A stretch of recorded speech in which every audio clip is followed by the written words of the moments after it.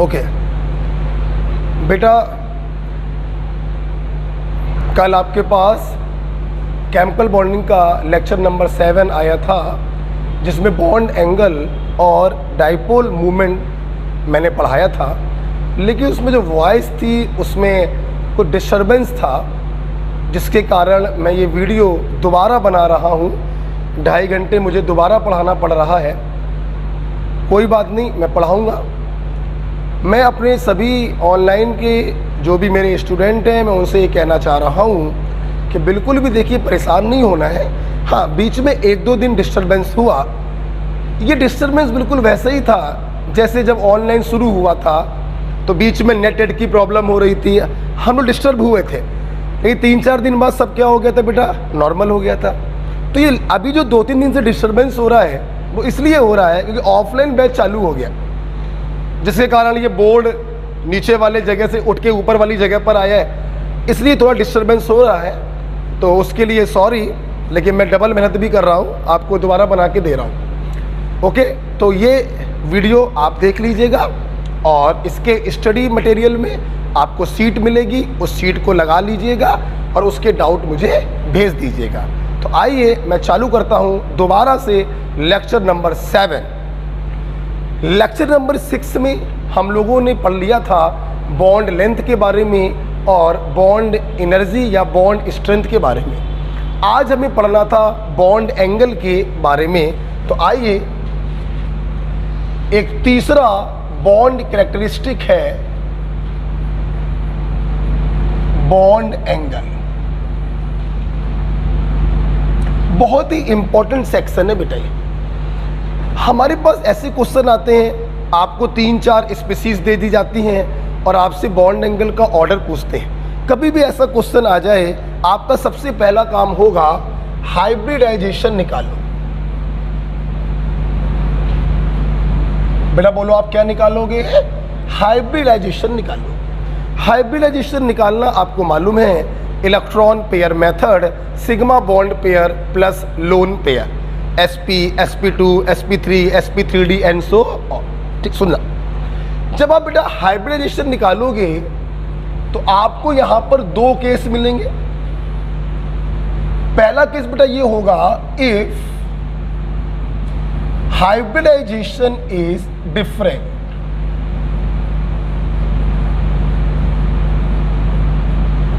ठीक है, अगर बेटा हाइब्रिडाइजेशन डिफरेंट है तो ये बहुत ही सिंपल केस होता है, क्योंकि sp, sp2 और sp3, मैं उम्मीद करता हूँ मेरे स्टूडेंट को मालूम है sp का बॉन्ड एंगल 180, sp2 का 120 और sp3 का 109 डिग्री 28 मिनट। तो कोई भी बता देगा ये बॉन्ड एंगल सबसे ज़्यादा है और sp3 का बॉन्ड एंगल सबसे कम है। आपको मैं एक बात और बताना चाहता हूँ, sp3 का ये जो बॉन्ड एंगल होता है, इसको हम लोग 109.5 डिग्री भी लिख सकते हैं। गॉट इट बेटा? जैसे बेटा अंकित, कॉल्स आ रही हैं, रिसीव करो और इनसे क्या कहेंगे, जो डिस्टर्ब हुआ है वीडियो वो सर दोबारा बना रहे हैं, कल आपको दोबारा से मिल जाएगा। चलो एग्जाम्पल देखते हैं बेटा, जिसे मैंने आपको एग्जाम्पल दिया, BeCl2, BF3 और NH3। मैं उम्मीद करता हूं आपको हाइब्रिडाइजेशन निकालना आता है। बेरिलियम सेकेंड ग्रुप का है, वैलेंस शेल में 2 इलेक्ट्रॉन होंगे, दोनों का साझा कर लिया है, कोई भी लोन पेयर नहीं है, सिर्फ 2 बॉन्ड पेयर है, 0 लोन पेयर है। हाइब्रिडाइजेशन बेटा बोलो sp। बोरॉन थर्ड ग्रुप का है, वैलेंस शेल में 3 इलेक्ट्रॉन होंगे, तीनों का साझा कर लिया है, कोई भी लोन पेयर नहीं है, 3 bond pair, 0 lone pair, hybridization sp2। Nitrogen fifth group का है, वैलेंस शेल में 5 इलेक्ट्रॉन है, 3 का साझा कर लिया, 2 बचे, 2 का मतलब 1 lone pair, 3 bond pair, 1 lone pair, hybridization sp3। आप देखिए, बताने की जरूरत नहीं है, sp वाले का बॉन्ड एंगल सबसे ज़्यादा होगा और sp3 वाले का बॉन्ड एंगल सबसे कम होगा। Got it? इससे बड़ा कोई फर्क नहीं पड़ता कि लोन पेयर है या नहीं है। अगर हाइब्रिडाइजेशन डिफरेंट है तो सिर्फ sp सबसे ज़्यादा, sp2 उससे कम और sp3 सबसे कम, हमें लोन ऑन पेयर देखने की ज़रूरत नहीं पड़ती। ओके बेटा, अब हम लोग बात करते हैं केस नंबर 2 की। लिख लिया आपने? ये लिख लिया बेटा? हटा दें? हटा दें? आइए हम लोग बेटा बात करेंगे केस नंबर 2।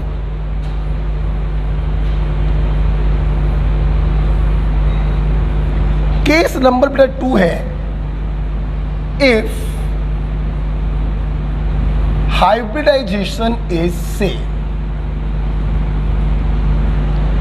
जिनको तुम्हें कंपेयर करना है उनके हाइब्रिडाइजेशन बेटा क्या है? सेम है।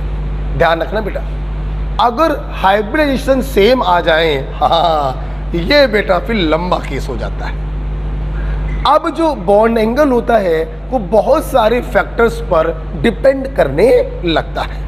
आइए वन बाय वन हम लोग सारे फैक्टर को डिस्कस करें। देखिए, सबसे पहला पॉइंट बेटा ये है कि bond angle is inversely proportional to lone pair. आप ब्रैकेट बंद मत करिएगा, इसमें कई सारी चीजें हमें बतानी है।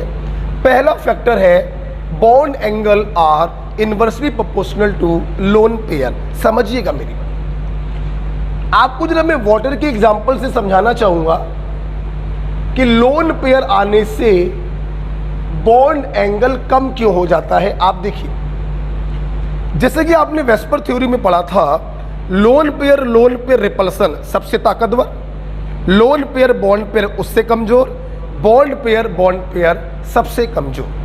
इवन बॉन्ड पेयर को हम लोग रिपल्सन मानते ही नहीं है। आप देखिए, ये लोन पेयर रिपल्सन हो रहा है, जिसके कारण ये लोन पेयर थोड़ा और नीचे आ गए। फिर ये लोन पेयर के कारण lone pair bond pair repulsion होगा, जिससे ये बॉन्ड और नजदीक आ जाएंगे। जब बॉन्ड और नजदीक आ जाएंगे तो बॉन्ड एंगल क्या हो जाएगा? कम हो जाएगा। तो जैसे जैसे लोन पेयर बेटा बढ़ते जाते हैं वैसे वैसे उसका बॉन्ड एंगल जो होता है कम होता जाता है। आप देख सकते हैं, लोन पेयर रिपल्सन और lone pair bond pair repulsion के कारण ये जो बॉन्ड होंगे ये काफी नजदीक आ जाएंगे, तो बॉन्ड एंगल क्या हो जाएगा? कम हो जाएगा। आइए एक एक फैक्टर को समझाते चल रहे हैं और उस पर एग्जाम्पल कराते चल रहे हैं। जैसे मैंने आपको दिया CH4 अमोनिया और वाटर, मैंने कहा इसके बॉन्ड एंगल कंपेयर करिए। सबसे पहला काम होगा हाइब्रिडाइजेशन को निकालना। चारों को साझा कर लिया, 4 bond pair, 0 lone pair, hybridization sp3। यहां पर एक लोन पेयर बचेगा, हाइब्रिडाइजेशन sp3। ऑक्सीजन 6वें ग्रुप का है, 2 का साझा कर लिया, 4 बचे, 2 bond pair, 2 lone pair, hybridization sp3। Okay, आप लोग देख सकते हैं बेटा हाइब्रिडाइजेशन तीनों का क्या है? सेम। तो केस नंबर 2 बनेगा, हम देखेंगे लोन पेयर को लेफ्ट टू राइट जाने पर लोन पेयर बढ़ते जा रही हैं तो बॉन्ड एंगल क्या होता जाएगा? कम होता जाएगा। ओके बेटा,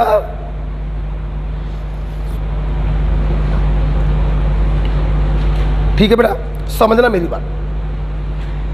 जिसके पास लोन पेयर नहीं है, आपने वेस्पर थ्योरी में देखा था, उसका शेप भी रेगुलर ज्योमेट्री के बराबर होगा और बॉन्ड एंगल भी रेगुलर होगा। यस,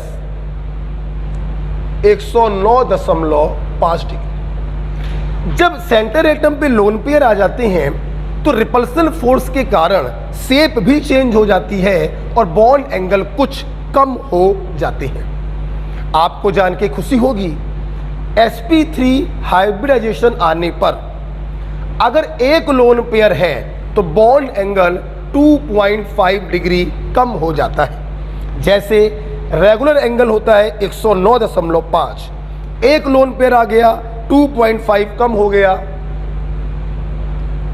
107 डिग्री, एक लोन पेयर और आ गया 2.5 और कम हो गया 104.5 डिग्री। ध्यान से सुनिएगा, लोन पेयर आने से बॉन्ड एंगल हमेशा कम होगा, लेकिन 2.5 डिग्री कम होगा। यह सिर्फ किसमें होगा? sp3 हाइब्रिडाइजेशन में।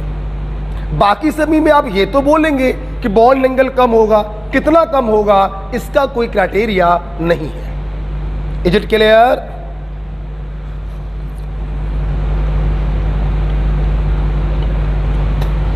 पहले एग्जाम्पल पर मुझे और एग्जाम्पल कराने हैं। पहला केस पढ़ा रहे हैं, bond angle is inversely proportional to lone pair. उम्मीद कर रहे हैं यहां से समझ में आपको आ गया होगा। ओके, क्या मैं इसको हटा दूं? हटा दूं बेटा? एग्जाम्पल नंबर 1 ही चलेगा, जिसमें खूब सारे केस कराएंगे, ठीक है? आइए दूसरा देखते हैं बेटा। एक एग्जाम्पल और लेते हैं समझाने के लिए इसको। मैंने ले लिया बेटा NH4 प्लस NH3 और NH2 माइनस। मैं उम्मीद करता हूं बॉन्ड एंगल कंपेयर करना है, हमारे बच्चों को समझ में आ गया होगा। देखिए आइए, मुंह जवानी, पेन नहीं, अमोनियम NHHHH, एक H पर प्लस, एक इलेक्ट्रॉन था वो भी चला गया, 2 इलेक्ट्रॉनों की कमी। नाइट्रोजन ने 3 के साथ सिंगल बॉन्ड बनाया, ऑक्टेट पूरा हो गया। एक लोन पेयर है जो H प्लस को क्या कर देगा? डोनेट कर देगा। तो 4 बॉन्ड पेयर हो गए और लोन पेयर क्या हो गया? खत्म हो गया। 4 बॉन्ड पेयर और 0 लोन पेयर, हाइब्रिडाइजेशन आ गया sp3। अमोनिया तो मैंने अभी थोड़ी देर पहले बताया ही था, 3 bond pair, 1 lone pair, sp3। Am right? इधर देखो बेटा, इधर देखो सब लोग प्लीज। जरा सभी बच्चे पहले एक बात सुन लें, जितने बच्चे ऑनलाइन पढ़ रहे हैं, मैं कम से कम नहीं तो 100 बार बोल चुका हूं। प्लीज सभी बच्चे अपना व्हाट्सएप नंबर पर हमें अपना नाम लिखकर भेज दें प्लीज, क्योंकि मैं अपने व्हाट्सएप पर स्टेटस लगा देता हूं और आपको इंफॉर्मेशन दे देता हूं। कोचिंग से सभी बच्चों को मैसेज भेजे गए थे कि क्लास सुबह 7:30 से 10 के बजाय शाम को 5 से 7:30 हुआ करेगी, लेकिन मैसेज कुछ बच्चों को डिलीवर नहीं हो पाए। इसलिए बेटा ये ऑनलाइन क्लास है, आपको हमसे जुड़ के चलना है और जुड़ने का सबसे अच्छा तरीका है व्हाट्सएप। सो प्लीज़ बेटा आप सभी बच्चे, ये मेरा व्हाट्सएप नंबर भी है और नॉर्मल नंबर भी है, आप सभी बच्चे मुझे अपना नाम लिखकर भेज सकें ताकि मैं आपके नेम को सेव कर लूं और आपको मेरे स्टेटस दिखाई पड़ने लगे। ओके बेटा, प्लीज बेटा ध्यान रखिएगा। अच्छा चलो आ जाओ। NH2 माइनस, बोलो NHH माइनस मानेंगे इलेक्ट्रोनेगेटिव पर, 5 और 1 6, 2 की कमी 2 बॉन्ड, 2 बॉन्ड बनाए, 6 में 2 चले गए, कितने बचे? 4, 4 का मतलब 2 लोन। तो आप देखिए बेटा 2 बॉन्ड पेयर हैं, 2 लोन पेयर हैं, हाइब्रिडाइजेशन बेटा बोलो sp3।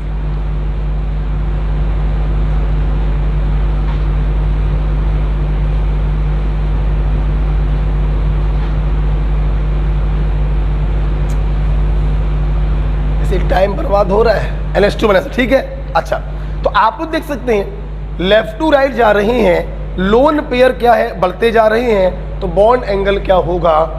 कम होता जाए। जब हाइब्रिडाइजेशन सेम होते हैं तो सबसे पहले अपन लोग देखते हैं लोन पेयर को। मेरे बच्चे क्या बताना चाहेंगे? इन तीनों में से किसका एंगल रेगुलर होगा? पहले वाले का कोई भी लोन पेयर नहीं है, एंगल रेगुलर होगा 109.5 डिग्री। sp3 में प्रत्येक लोन पेयर आने पर एंगल 2.5 कम हो जाता है 160 डिग्री, और इसका हो जाएगा लगभग 104.5 डिग्री। मैं उम्मीद करूंगा पहला एग्जाम्पल आपको समझ में आ रहा होगा। आइए पहले एग्जाम्पल में एक केस और लेते हैं। तैयार है सब लोग? आइए हटा दे बेटा। आइए पहले में एक केस और लेते हैं, बहुत ही इंपॉर्टेंट केस है, ध्यान देंगे बेटा। NO2 प्लस NO2 और NO2 माइनस। ओके, आगे देखते हैं। हमने आपसे पूछा बॉन्ड एंगल का ऑर्डर क्या होगा। अभी इसके पहले वाले एग्जाम्पल में देखा प्लस का न्यूट्रल से ज़्यादा और न्यूट्रल का नेगेटिव से ज़्यादा। खैर मैं दिखाऊंगा, आओ चलो मैं यहां पर अपने बच्चों को चित्र बनाकर दिखाता हूं। ठीक, आओ। Pick up the centre element, place other element equally around it, positive charge assumed over electropositive. 5 होते हैं, एक चला गया, कितने बचे? 4। कितने कमी? 4। कितने बॉन्ड बनाएगा? 4। 2 इधर 2 इधर। क्या कोई लोन पेयर है? नहीं। 2 sigma bond pair, 0 lone pair, hybridization sp, angle होगा रेगुलर 180 डिग्री। कोई प्रॉब्लम किसी को नहीं हो रही। ओके, पहले मन कर बे, सामने देखो, रुक जाओ, पहले इसको निपटा देते हैं। n a को 2 नेगेटिव एज्यूम्ड ओवर इलेक्ट्रोनेगेटिव, ये 1 बॉन्ड बनाएगा, ये 2 बॉन्ड बनाएगा, ये 3 बॉन्ड। एक क्या बच गया बे? कोई दिक्कत तो नहीं? कितने बॉन्ड पेयर है? 2। Lone pair 1, hybridisation sp2। Angle sp2 का रेगुलर एंगल होता है 120 डिग्री। क्या होता है? लेकिन यहां पर चूंकि एक लोन पेयर आ गया तो एंगल जो होगा वो 120 से कुछ कम हो जाएगा। लोन पेयर आने पर हाइब्रिडाइजेशन चाहे कुछ भी हो, एंगल कुछ क्या हो जाता है? कम। अगर लोन पेयर ना होता तो sp2 का एंगल होता 120 डिग्री। लोन पेयर आ गया है, एंगल थोड़ा सा कम हो जाएगा। Got it? अब आते हैं इस पे। बंद कर दो पेन कॉपी और नजरें रखो सामने, कुछ नया सीखने जा रहे हैं आप। देखिए, आपको अगर याद होगा जब मैं ऑक्टेट थ्योरी पढ़ा रहा था, ऑक्टेट रूल, तो वहां पर एक लिमिटेशन लिखवाई थी ऑक्टेट रूल की, ऑड इलेक्ट्रॉन स्पीसीज। 5 एग्जाम्पल लिखवाए थे, NO2, ClO2, NO, O2 और O2 माइनस। ये 5 एग्जाम्पल मैंने लिखवाए थे। उसी में से एक एग्जाम्पल आ गया है NO2। ये एक ऑड इलेक्ट्रॉन मॉलिक्यूल है, गारंटी है ये पैरामैग्नेटिक होगा, ऑक्टेट थ्योरी को फॉलो नहीं करेगा। क्लियर है? अब देखो प्लीज सामने देखो, ये रहा N, A को 2, देखना वैलेंस शेल में 5 इलेक्ट्रॉन है। ठीक, 2 इलेक्ट्रॉनों का यहां पे साझा कर लिया, इसका ऑक्टेट पूरा हो गया। बचे कितने? 3। 2 इलेक्ट्रॉनों को इसे कोऑर्डिनेट बॉन्ड से डोनेट कर दिया, इसका ऑक्टेट पूरा हो गया। बचा कितना? 1। और वो जो 1 होता है वही कहलाता है ऑड इलेक्ट्रॉन। क्या कहलाता है? और इस ऑड इलेक्ट्रॉन के कारण ही जितने भी ऑड इलेक्ट्रॉन मॉलिक्यूल होते हैं, दे ऑल आर पैरामैग्नेटिक, क्योंकि इसके पास होता है अनपेयर्ड इलेक्ट्रॉन। फिर से मेरे बच्चे देखेंगे, 5 थे, 2 दे दिए, बचे 3। 3 में से 2 का O के साथ साझा कर लिया, बचा 1, और ये 1 बन जाएगा ऑड इलेक्ट्रॉन। मैं अपने बच्चों को बताना चाहूंगा, जब हाइब्रिडाइजेशन निकालते हैं तो ध्यान रखिएगा, इस ऑड इलेक्ट्रॉन को कभी कभी ऐसे लोन पेयर मान भी लेते हैं और कभी कभी ऐसे लोन पेयर नहीं मानते। इसके बेटा 3 रूल होते हैं, कब लोन पेयर मानेंगे कब लोन पेयर नहीं मानेंगे, इसके 3 रूल होते हैं। मैं लास्ट ईयर बहुत एडवांस थ्योरी पढ़ाता था, पेपर को देखते हुए थोड़ी थ्योरी कम कर रही है। मैं आपको 3 रूल नहीं बताऊंगा, बल्कि 2 ऑड इलेक्ट्रॉन मॉलिक्यूल में हाइब्रिडाइजेशन निकाल कर दिखा दूंगा बस। ओके, जैसे 2 सिग्मा बॉन्ड पेयर, इस ऑड इलेक्ट्रॉन को यहां पर लोन पेयर की तरह ट्रीट करेंगे तो 2 और 1 3, हाइब्रिडाइजेशन बेटा बोलो क्या आ गया, sp2। ध्यान से मेरी बात सुनिएगा, ध्यान से मेरी बात सुनिएगा।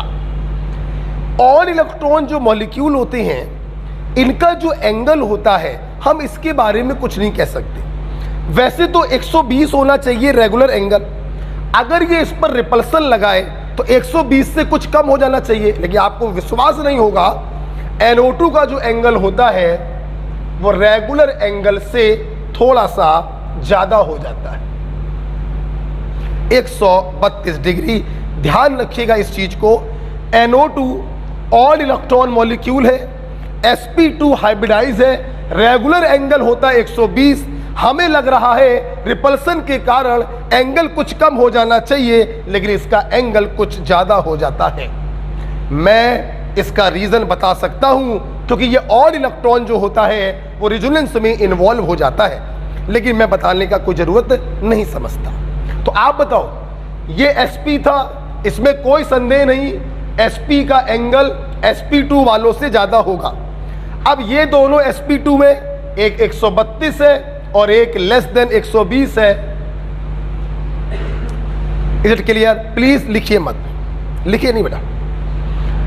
हमने ऑड इलेक्ट्रॉन का एक ऐसा एग्जांपल करवाया NO2, जिसमें ऑड इलेक्ट्रॉन को ऐसे लोन पेयर मानकर हम हाइब्रिडाइजेशन में काउंट कर रहे हैं। Am right? अब मैं एक एग्जांपल ऐसा करवा दे रहा हूं जिसमें ऑड इलेक्ट्रॉन को लोन पेयर की तरह ट्रीट नहीं किया जाता। इसको सेव रखिए और हाशिए में कहीं लिख लीजिएगा, यहां कर रहा हूं, हाशिए में कहीं लिख लेना। देखो ClO2,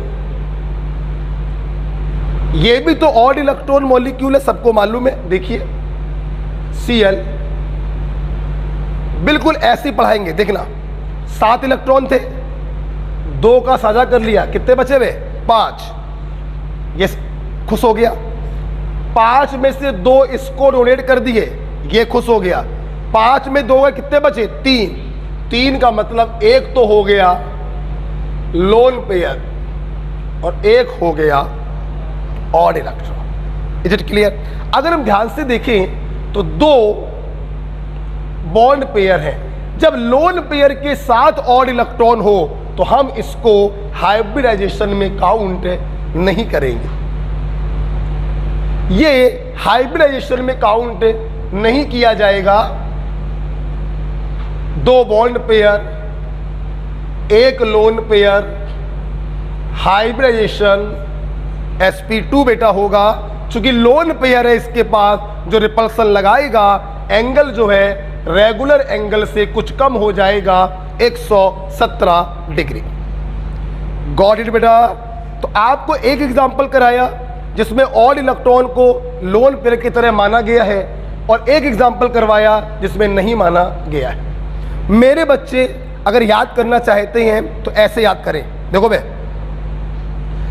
अगर लोन पेयर अकेला है तो ऐसे लोन पेयर मान लेना ऑड इलेक्ट्रॉन को, और अगर ऑड इलेक्ट्रॉन के साथ लोन पेयर भी है तो हम इसको काउंट नहीं करेंगे। ये कोई रूल नहीं है, रूल तो 3 अलग से होते हैं जो मैं बताने के मूड में नहीं हूं। हमें 50 पन्ने कम करने हैं, हाई फाई चीजों का पढ़ने का कोई मतलब बेटा इस समय नहीं है। हमने 2 केस फिर भी करा दिए आपको, NO2 का केस करा दिया और ClO2 का केस करा दिया। ओके बेटा, चलिए।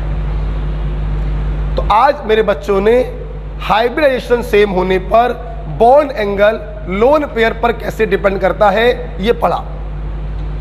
ओके बेटा, जिसमें मैंने यहीं पर लगे हाथ ऑड इलेक्ट्रॉन मॉलिक्यूल के 2 केस करवा दिए। NO2 जहां इसको लोन पेयर मानेंगे और ClO2 जहां इसको लोन पेयर नहीं मानेंगे। ओके, यहां पर देखिए चूंकि लोन पेयर है, गारंटी है जो एंगल होगा वो रेगुलर एंगल से कुछ कम होगा, 120 से कुछ कम हो गया। यहां पर ऑड इलेक्ट्रॉन रिजोनेंस में इन्वॉल्व हो जाता है, जिसके कारण इसका एंगल रेगुलर से भी ज्यादा हो जाता है, 120 से भी ज्यादा हो गया, 132 डिग्री। ओके बेटा, हो रही बात? ओके, आपको मैं बता के खुशी होगी, जितने भी ऑड इलेक्ट्रॉन मॉलिक्यूल होते हैं सभी में ये ऑड इलेक्ट्रॉन रिजोनेंस में इन्वॉल्व होता है। ClO2 is the only example जहां पर ये ऑड इलेक्ट्रॉन रिजोनेंस में डिलोकलाइज नहीं होता। लिख लो, बोल दिया है, here odd electron not delocalised. Not delocalise का मतलब not involve in resonance. ClO2 एक ऐसा एग्जाम्पल है जिसमें ऑड इलेक्ट्रॉन रिजोनेंस में इन्वॉल्व नहीं होता, डिलोकलाइज नहीं होता। ओके, चलिए, अगर बेटा मान लो कुछ एग्जाम्पल ऐसे आ जाएं जिसमें लोन पेयर से काम ना चल पाए, सबके पास बराबर लोन पेयर है, तो हम लोग दूसरे फैक्टर की तरफ जाएंगे। हटा दें इसको।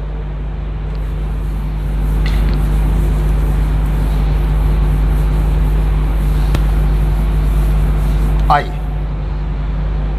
दूसरा बेटा फैक्टर है bond angle directly proportional to electronegativity of centre atom and inversely proportional to electronegativity of surrounding atom. बहुत सांस फूल रही है हमारी, दिक्कत सी हो रही है।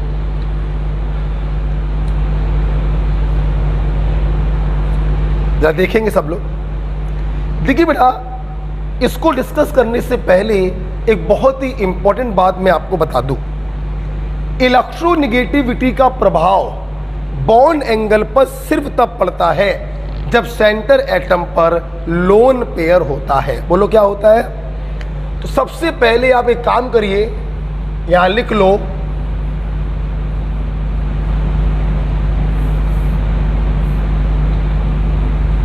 it affect bond angle only when center atom have lone pair। जब सेंटर एटम पे लोन पेयर होगा, सिर्फ उसी सूरत में इलेक्ट्रोनेगेटिविटी का प्रभाव बॉन्ड एंगल पर पड़ेगा। आइए, इसके एग्जाम्पल कराने से पहले हम इसको समझाना भी चाहेंगे। दूसरे एग्जाम्पल करने जा रहे हैं, उससे पहले मैं ये आपको समझाना चाहूंगा ऐसा कैसे हो गया। देखो, ए बी से जुड़ा है, अब समझना। माना electronegativity of centre atom is greater than electronegativity of surrounding atom. ये सेंटर है, सराउंडिंग है, ऑफ कोर्स इस पर क्या होना चाहिए? लोन। इलेक्ट्रोनेगेटिविटी का प्रभाव अगर बॉन्ड एंगल पर देख रहे हो तो लोन पेयर तो होना ही चाहिए। अब देखना, समझना मेरी बात। अगर बेटा सेंटर एटम का इलेक्ट्रोनेगेटिविटी ज्यादा है तो सेंटर एटम इस बॉन्ड पेयर को घसीटेगा। जब centre atom in bond pair को घसीटेगा तो ये बॉन्ड पेयर सेंटर एटम के नजदीक पहुंच जाएंगे। जब ये बॉन्ड पेयर सेंटर एटम के नजदीक पहुंच गए तो बॉन्ड पेयर रिपल्सन लगेगा, और जब बॉन्ड पेयर रिपल्सन लगेगा तो एंगल क्या हो जाएगा? ज्यादा। इसलिए सेंटर की इलेक्ट्रोनेगेटिविटी अगर ज्यादा होगी तो बॉन्ड पेयर रिपल्सन बढ़ जाएगा, बॉन्ड एंगल भी बढ़ जाएगा। Okay, so angle increases. Clear बेटा? अब तुम लोग खुद दिमाग लगाना। अगर मान लो सिचुएशन ये हो, ये रब कर दें, अगर मान लो सिचुएशन ये हो ए बी, सेंटर एटम पे लोन पेयर होना चाहिए तभी इलेक्ट्रोनेगेटिविटी का प्रभाव पड़ेगा। अब माना सराउंडिंग की इलेक्ट्रोनेगेटिविटी सेंटर से ज्यादा, आप बताओ अब की बार सराउंडिंग क्या करेगा? बॉन्ड पेयर को घसीटेगा, तो बॉन्ड पेयर सराउंडिंग के पास चले गए। जब सराउंडिंग के पास चले गए तो इनके बीच का दूरी बढ़ गया। जब दूरी बढ़ गया तो रिपल्सन हो गया कम, जब रिपल्सन हो गया कम तो एंगल हो गया कम। तो इस प्रकार से देखिए, सेंटर की इलेक्ट्रोनेगेटिविटी ज्यादा होने से बॉन्ड एंगल बढ़ जाता है और सराउंडिंग की ज्यादा होने से बॉन्ड एंगल घट जाता है।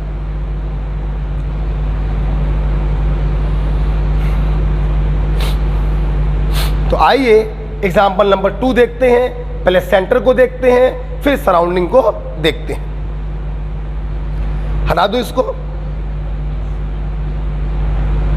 हटा दो बेटा, ये सब समझ बेटा आ गया। एग्जाम्पल नंबर 2 चल रहा है, इसी के नीचे लिखिएगा, ठीक है। ये तो मैंने आपको कॉन्सेप्ट सिखाया कि ऐसा क्यों होता है,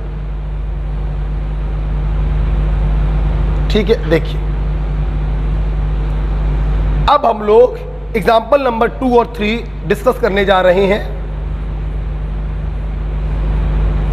देखिए सबसे पहले मैंने एग्जाम्पल ले लिया ये NH3 PS3 ASS3 SBS3 और BIS3। अगर मेरे बच्चे ध्यान से देखें, यहां पर ये 5th ग्रुप के हाइड्राइड है। नाइट्रोजन पर भी एक लोन पेयर होगा, फास्फोरस भी उसी ग्रुप का है, एक लोन पेयर होगा। आर्सेनिक पर भी एक लोन पेयर होगा, बिस्मथ पर भी एक लोन पेयर होगा, सब एक ही ग्रुप के। और सबका हाइब्रिडाइजेशन क्या है? sp3। यार हाइब्रिडाइजेशन तो सेम है, क्या करें? सबसे पहले देखेंगे लोन पेयर से। अबे लोन पेयर भी क्या है? सेम है। आप किससे देखेंगे? इलेक्ट्रोनेगेटिविटी से। मेरे बच्चे बताएं, अंतर सेंटर में पड़ रहा या सराउंडिंग में? आपने पीरियोडिक टेबल में पढ़ा, ऊपर से नीचे जाने पर जैसे जैसे साइज बढ़ता जाता है वैसे वैसे फोर्स ऑफ अट्रैक्शन कम होता जाता है, मतलब इलेक्ट्रोनेगेटिविटी कम होता जाता है। कहने का मतलब ये है, नाइट्रोजन से बिस्मथ की तरफ जाओगे तो सेंटर एटम का इलेक्ट्रोनेगेटिविटी कम होता जाएगा, इसलिए बॉन्ड एंगल भी कम होता जाएगा। अमोनिया का बॉन्ड एंगल सबसे कम होगा और बिस्मथीन का अमोनिया का सबसे ज्यादा होगा और बिस्मथीन का सबसे कम होगा, ठीक है। इसी पर एक एग्जांपल और करा देते हैं बच्चों को हम लोग। अभी 5वें ग्रुप का एग्जांपल लिया, अब 6वें ग्रुप का एग्जांपल ले लो। Oxygen, sulphur, selenium, tellurium. देखिए सब लोगों को मालूम है सेंटर एटम पर 2 लोन पेयर होंगे, क्योंकि 6 में से 2 चले गए बॉन्ड बनाने में, बचे 4 का मतलब 2 लोन पेयर। सबका हाइब्रिडाइजेशन क्या होगा? sp3 होगा। अब लोन पेयर से देखें, लोन पेयर भी क्या है? सेम। अब किससे देखेंगे? इलेक्ट्रोनेगेटिविटी। सेंटर एटम की इलेक्ट्रोनेगेटिविटी लेफ्ट टू राइट जाने पर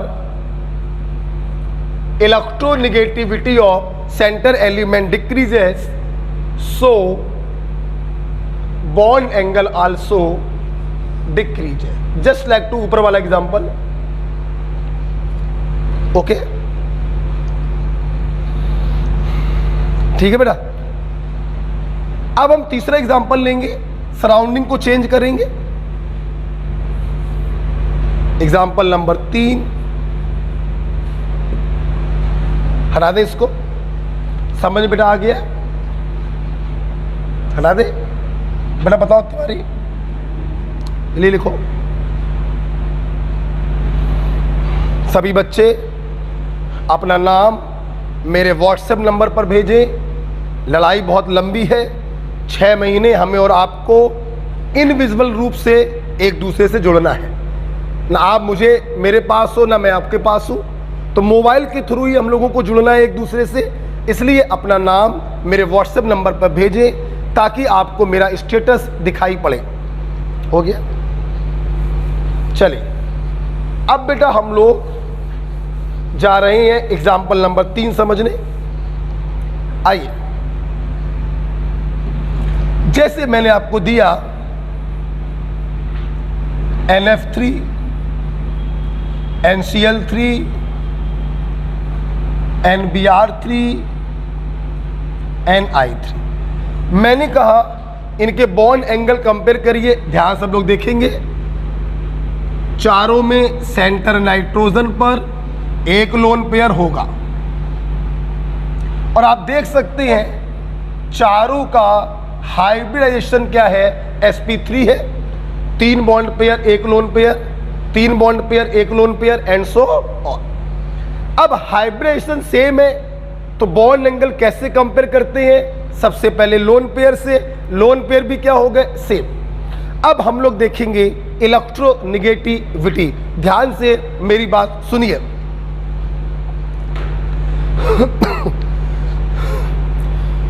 सुनना, सेंटर एटम चारों में क्या है, सेम। डिफरेंस कहां पे आ रहा है, सराउंडिंग पे आ रहा है। Fluorine, chlorine, bromine, iodine. आप देख रहे हैं लेफ्ट टू राइट जाने पर सराउंडिंग का इलेक्ट्रोनिगेटिविटी कम होता जा रहा है। इसका इलेक्ट्रोनिगेटिविटी सबसे ज्यादा है और इसका सबसे कम।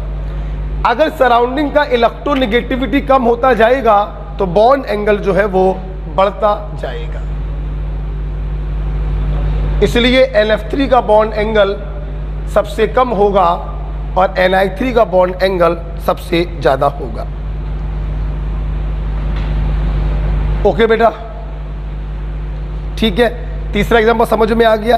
तीसरे पर एक एग्जांपल और करा दें, आप कहो तो करा दें। आपने ये लिख लिया है,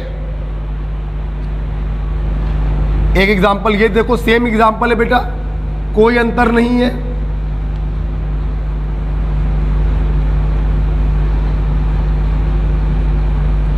आप ध्यान से देखें, कोई अंतर नहीं है। N की जगह पर फास्फोरस ले लिया है, दोनों सेम ग्रुप के हैं। हाइब्रिडाइजेशन sp3 होगा, एक लोन पेयर है। अब किसको देखेंगे, इलेक्ट्रोनिगेटिविटी को देखेंगे। हमारे बच्चे देख सकते हैं सेंटर में अंतर नहीं आ रहा है, अंतर आ रहा है सराउंडिंग में। सराउंडिंग की इलेक्ट्रोनिगेटिविटी सबसे ज़्यादा, बॉन्ड एंगल सबसे कम। सराउंडिंग की इलेक्ट्रोनिगेटिविटी सबसे कम, बॉन्ड एंगल सबसे ज़्यादा। This is the order of bond angle.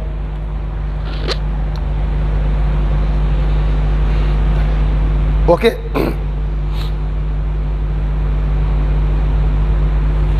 ठीक है बेटा।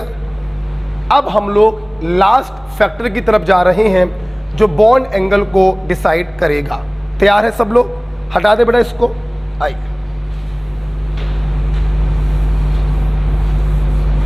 चौथे एग्जाम्पल की तरफ हम लोग जा रहे हैं। देखिए, लिखेंगे नहीं, देखेंगे सब लोग। पेन कॉपी बंद कर दो, एग्जाम्पल को फील करो। वाटर, H हटा के 2 Br लगा दिए,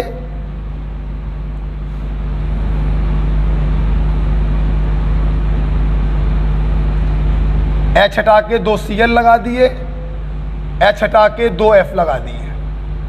मैंने पूछा बॉन्ड एंगल का ऑर्डर बताइए। पहला काम तो वही होता है, सेंटर एटम का हाइब्रिडाइजेशन निकालिए। 6 में 2 चले गए, 4 sp3। 6 में 2 चले गए, 4 sp3। sp3 और ये क्या है, sp3। सब के सब sp3 है। हाइब्रिडाइजेशन क्या है बेटा, सेम है। दूसरा वाला केस बन गया। सबसे पहले देखेंगे लोन पेयर से, लोन पेयर भी क्या है, सेम। अब हम लोग देखेंगे इलेक्ट्रोनिगेटिविटी से। सेंटर एटम चारों में सेम है, अंतर कहां पे आ रहा? सराउंडिंग में। ध्यान से अगर आप लोग देखें, हाइड्रोजन की इलेक्ट्रोनेगेटिविटी 2.1, ट्रिक याद है? फोन कॉल है ब्रो काशी से पीबी सिंधु का, अगर आपको याद हो। फ्लोरीन का स्केल में 4 होता है, क्लोरीन का 3 होता है, ब्रोमीन का होता है 2.8। आपको याद करने की जरूरत नहीं है, हमें याद है, हमने लिख दिया। हमारे बच्चे देख रहे हैं लेफ्ट टू राइट जाने पर सराउंडिंग का इलेक्ट्रोनेगेटिविटी बढ़ रहा है। बोलो बे। और अगर सराउंडिंग का इलेक्ट्रोनेगेटिविटी बढ़ेगा तो बॉन्ड एंगल क्या हो जाएगा? कम हो जाएगा। मतलब पूरी क्लास को समझ में आ रहा है, this is the order of bond angle. लिखना नहीं है।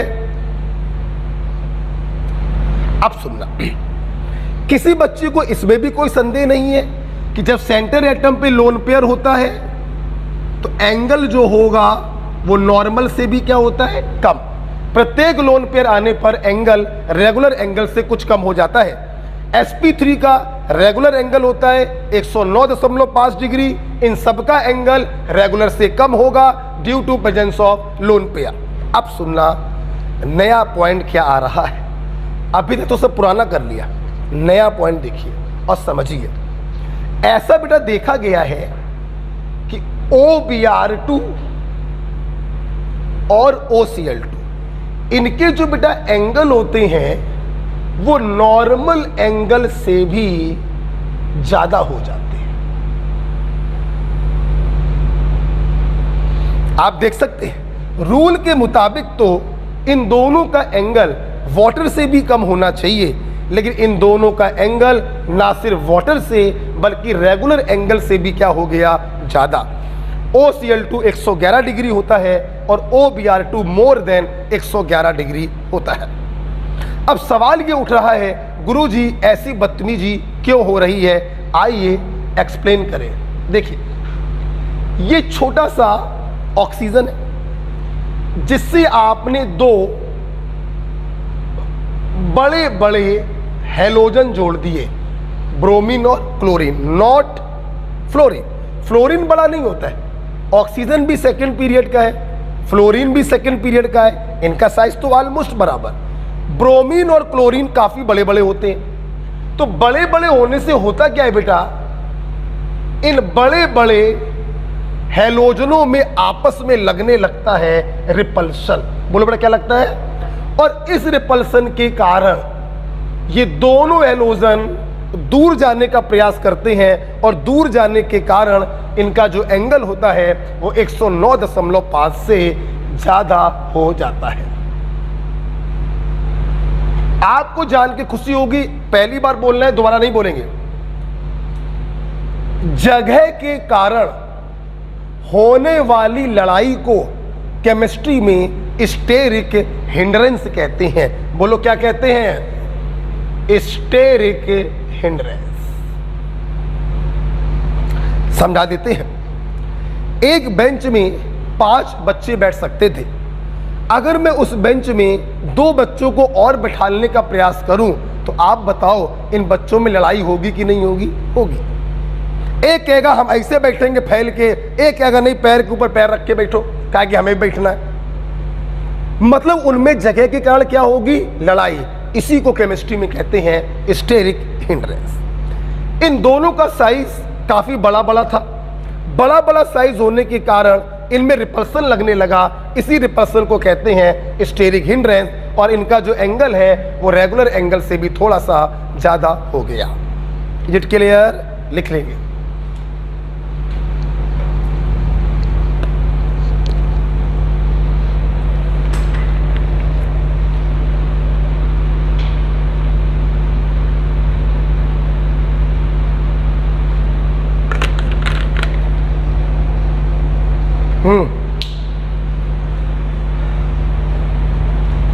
ओके बेटा,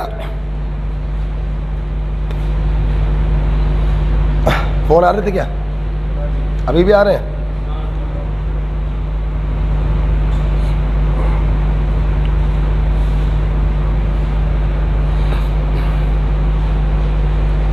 मैं उम्मीद करूंगा मेरे छात्रों को ये समझ में आ गया है। आपके पास समय है 2 मिनट का। 7:04 हो रहे हैं, 2 मिनट आपको दे रहे हैं, आप जल्दी से इसको रिवाइज करिए। बॉन्ड एंगल को जल्दी से रिवाइज करिए।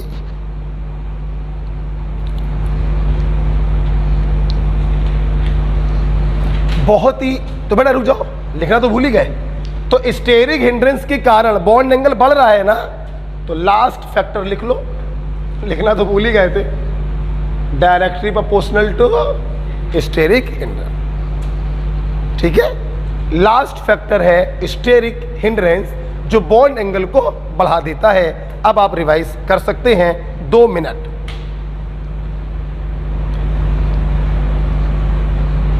हटा दे बेटा।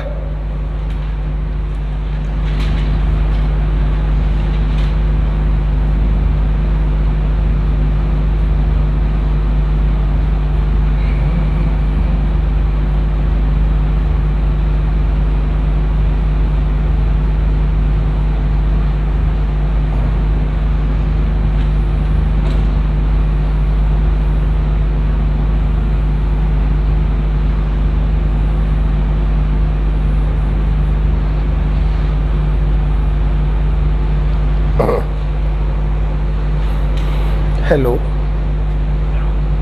हेलो, हाँ बेटा बताओ। जो आज सर लेक्चर पढ़ा सर उसमें बहुत आवाज़ आ रही है। हाँ बेटा, मुझे पता चला, तो आपको जान के ताज्जुब होगा, मैं उस वीडियो को दोबारा रिकॉर्ड कर रहा हूँ। 2.5 घंटे की मेहनत दोबारा कर रहा हूँ। कल आपको सेम टाइम पे सही आवाज़ वाला वीडियो मिल जाएगा। सर ऐसे सर हमेशा कल रिकॉर्डेड पड़ेगा सर? हाँ, रिकॉर्डेड ही पड़ेगा बेटा, उसमें क्या दिक्कत है, पहले भी तो रिकॉर्ड पर चलता था। ठीक है, तो कल बेटा क्लास में बाद में बात कर। ठीक सर। जल्दी से रिवाइज करेंगे, 1 मिनट और दे रहे हैं आपको।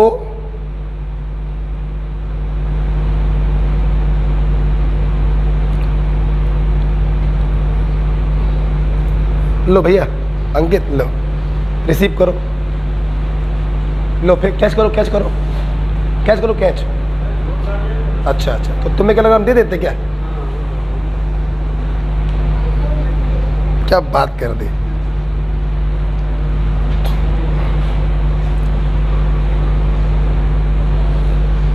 जल्दी से रिवाइज करेंगे, नो प्रॉब्लम, आराम से पढ़ेंगे, कोई जल्दीबाजी नहीं है।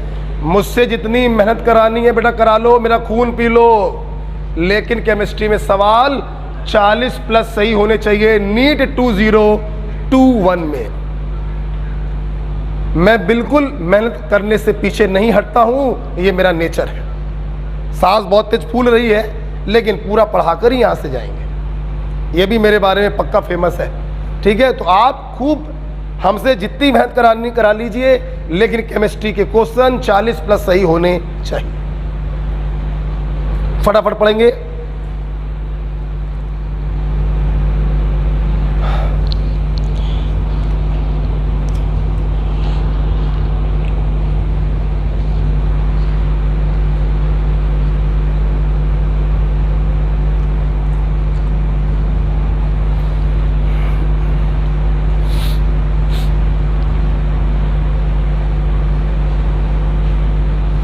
आइए, लगभग 3 मिनट आपको दे दिए। क्या आपने बॉन्ड एंगल देख लिया? सबसे पहले हम लोग क्या निकालते हैं? हाइब्रिडाइजेशन निकालते हैं। अगर हाइब्रिडाइजेशन डिफरेंट है तो नॉर्मल केस बन गया, sp का सबसे ज़्यादा, sp2 का उससे कम, sp3 का उससे कम। लेकिन अगर हाइब्रिडाइजेशन क्या होता है बेटा, सेम होता है, तो ध्यान रखना यहाँ पर 3 फैक्टर पिक्चर में आएंगे। पहले लोन पेयर आएगा, फिर इलेक्ट्रोनेगेटिविटी आएगा, और फिर स्टेरिक हिंड्रेंस आएगा। ध्यान रखिएगा, इलेक्ट्रोनेगेटिविटी का प्रभाव एंगल पर सिर्फ तब पड़ता है जब सेंटर एटम पे लोन पेयर होते हैं। तो जस्ट ए मिनट, ये हेडिंग पढ़ने से पहले एक सवाल जरा करिए हाशिए पर, जरा हाशिए पे एक सवाल करके दिखाइए।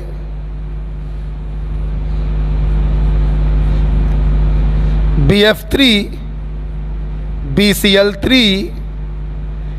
BBr3 और BI3। जब देखते कौन बताएगा इनके बॉन्ड एंगल का ऑर्डर क्या होगा। बॉन्ड एंगल का ऑर्डर क्या होगा? सब के सब आप देख सकते हैं sp2 हाइब्रिडाइज हैं। जल्दी से बता दो बॉन्ड एंगल का ऑर्डर क्या होगा।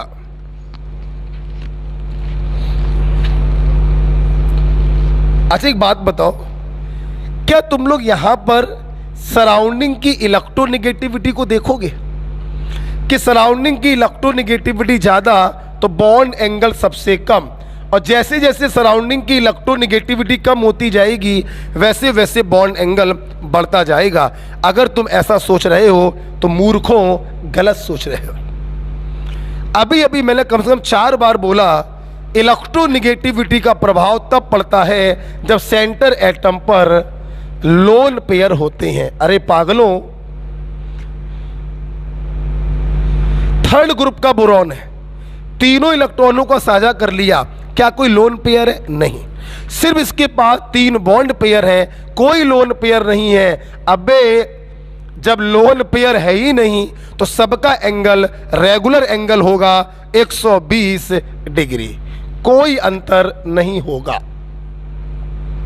सबके बॉन्ड एंगल क्या होंगे? सेम होंगे। क्यों सेम होंगे? Because no lone pair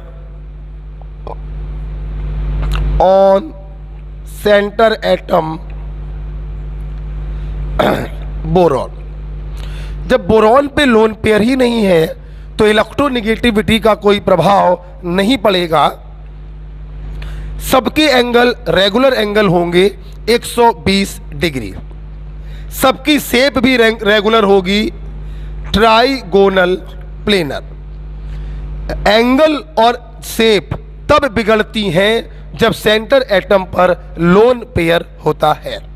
okay, हाशिए पे कहीं लिख लीजिएगा, हटा रहे हैं इसको और दूसरा कॉन्सेप्ट चालू करने जा रहे हैं, डाइपोल मूवमेंट। हटा दो इसको, बेटा लिख लिया हिमांशा, हिमांशा लिख लिया बेटा, तिवारी बेटा लिख लिया, तुम बताओ। आइए,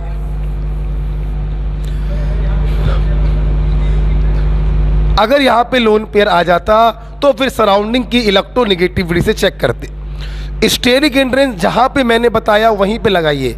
मैंने स्टेरिक हिंड्रेंस बताया है OBr2 और OCl2 में, 2 ही जगह लगाएंगे और कहीं नहीं लगाएंगे, ठीक है। आइए, क्या आप बच्चों को याद है जब मैं आपको कोवेलेंट बॉन्ड पढ़ा रहा था तो वहां पे मैंने डाइपोल मूवमेंट के बारे में बताया था। प्लस माइनस, जब कोई बॉन्ड पोलर होता है तो प्लस और माइनस चार्ज आ जाता है और एक डाइपोल का फॉर्मेशन हो जाता है।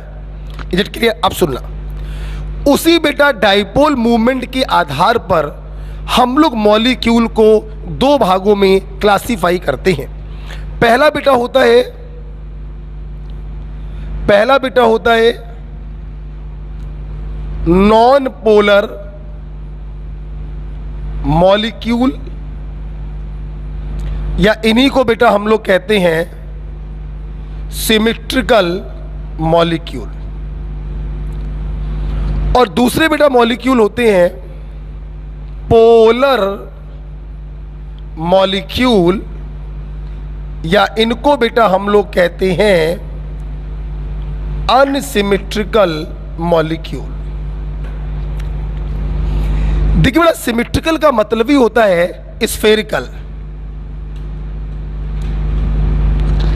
ना कहीं पर पार्शियल पॉजिटिव होगा ना कहीं पर पार्शियल नेगेटिव होगा।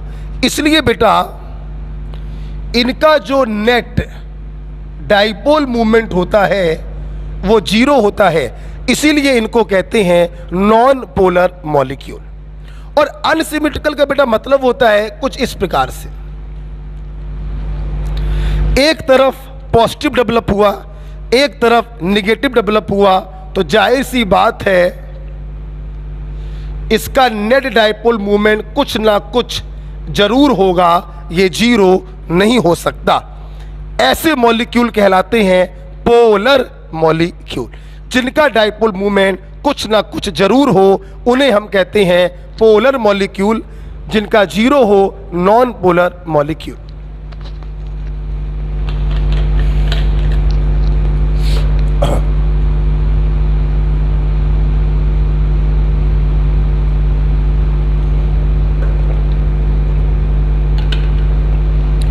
ओके बेटा, अब सुनना। सवाल बेटा ये उठ रहा है, हम कैसे पहचानेंगे हमारा मॉलिक्यूल नॉन पोलर होगा या पोलर होगा। सुनना, अगर कोई मॉलिक्यूल मेरी बताई हुई दो कंडीशन को फॉलो करेगा तो वो मॉलिक्यूल नॉन पोलर होगा। जैसे पहली कंडीशन साथ में लिखो, no lone pair on centre atom. Centre atom पे कोई लोन पेयर नहीं होना चाहिए। और दूसरा, all surrounding atom must be same. All surrounding atom must be same. अगर कोई मॉलिक्यूल मेरी इन दोनों कंडीशन को फॉलो करेगा तो वो नॉन पोलर होगा, और दोनों में से किसी एक को भी फॉलो नहीं किया तो पोलर हो जाएगा। आइए अपने बच्चों को एग्जाम्पल के द्वारा समझाएं। क्या ये लिख लिया? तुम बताओ बेटा। हाँ लिखो लिखो, सब हमें बताओ ना, क्या हो गया क्या नहीं हुआ है, लिखो फटाक से। सेंटर एटम पे लोन पेयर नहीं होने चाहिए और सारे सराउंडिंग एटम सेम होने चाहिए। ऐसी सूरत में वो नॉन पोलर होगा। ओके, जैसे हम एग्जाम्पल बताने जा रहे हैं। सोना बेटा लिख लिया? ओके, आइए या ध्यान से सब लोग देखेंगे। CH4 CHCl3 ammonia BF3 carbon dioxide और वाटर। हमें पता करना था इनमें से कौन पोलर है और कौन नॉन पोलर है। देखो ये देखो, थोड़ा चेंज कर देते हैं।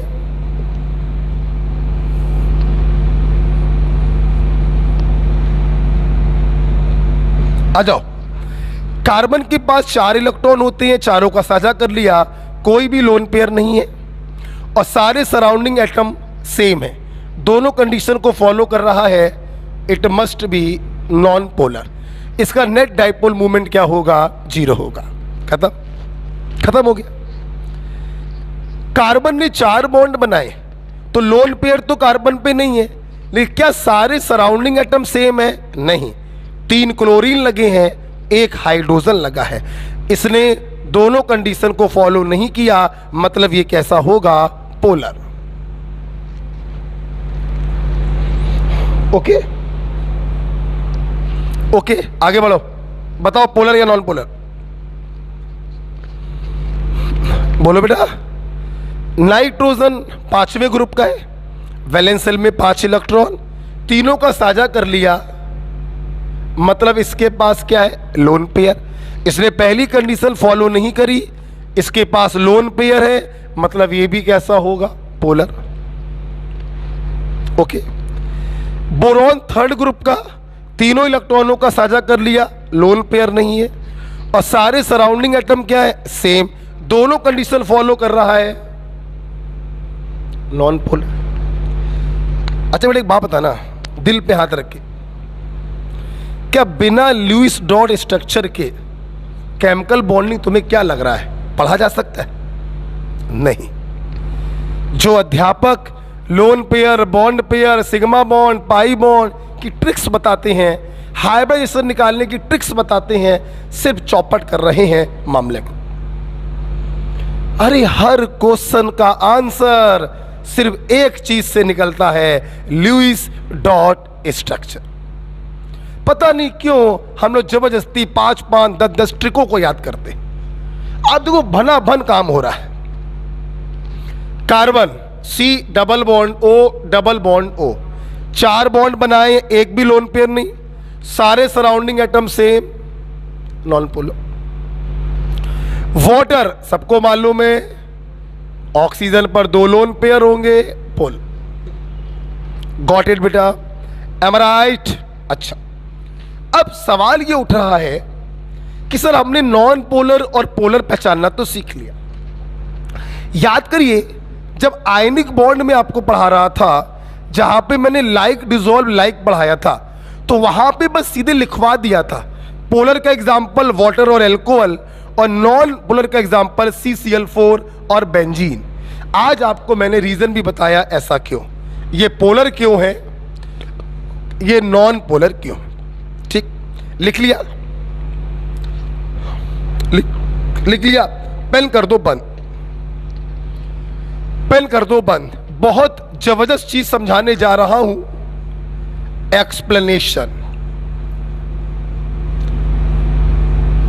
ना समझाऊं तो कोई फर्क नहीं पड़ता है, लेकिन मैं समझाऊंगा, अपने बच्चों का दिमाग खोलने का प्रयास करूंगा, भले समय लग जाए। देखिए, अक्सर बच्चों के मन में सवाल आता है कि सेंटर एटम पर लोन पेयर ना होने से और सारे सराउंडिंग एटम सेम होने से ऐसा क्या हो जाता है कि नेट डाइपोल मूवमेंट 0 हो जाता है। आओ सुने, खुद समझते हैं। देखो, एक ये आदमी है, इसको एक आदमी इधर से घसीट रहा है,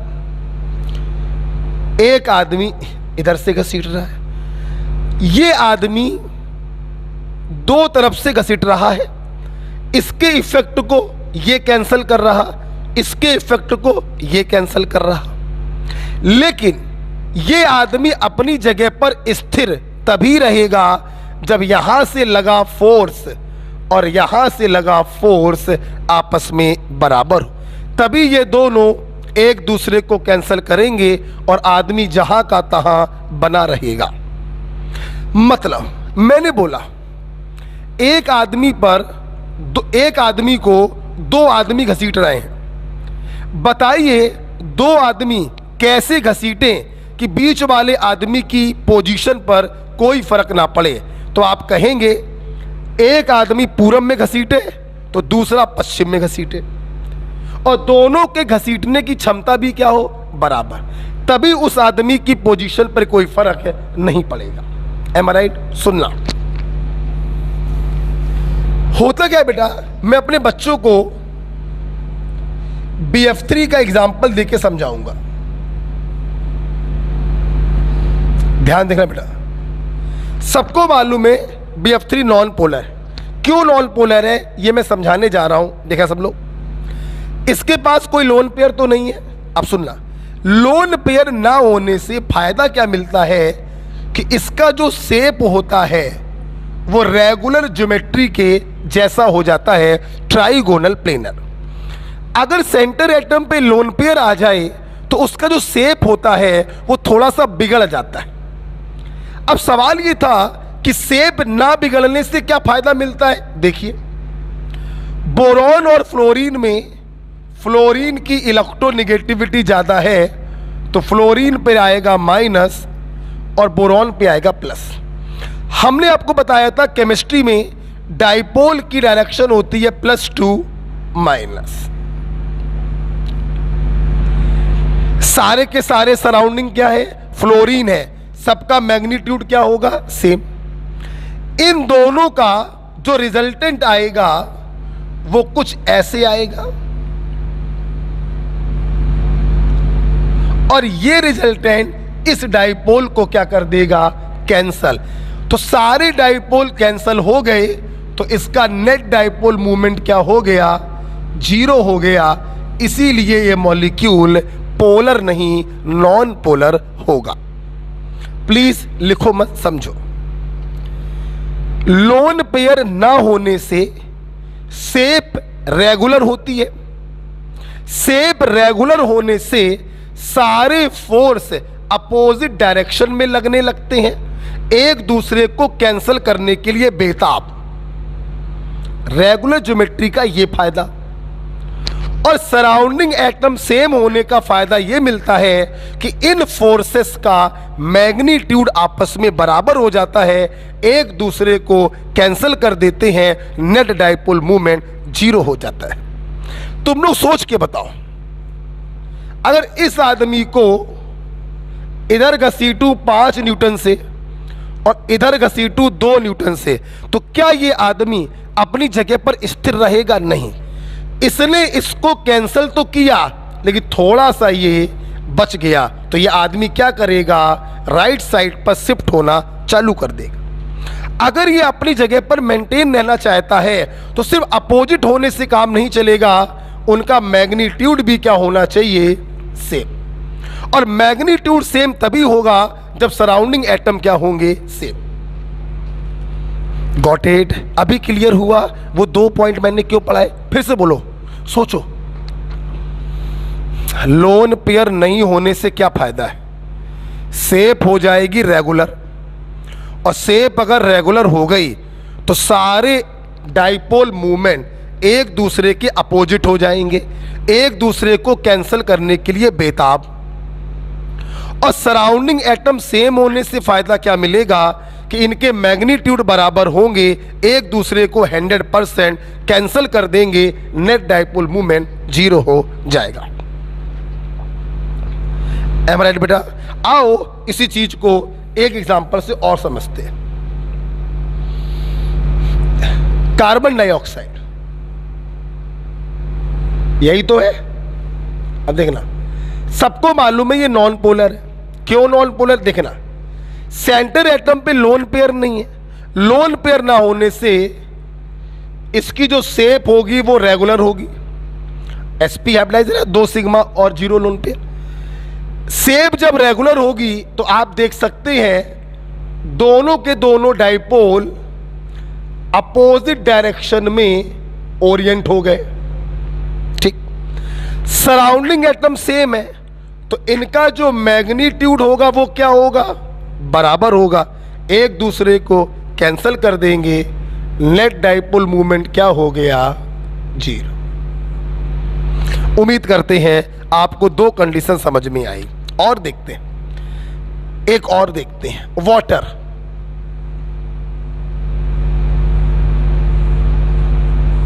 लोन पेयर है। लोन पेयर होने से आप देखिए इसका जो शेप है वो रेगुलर टेट्राहेड्रल नहीं होगा, इसका शेप हो गया एंगुलर। क्या हो गया? एंगुलर।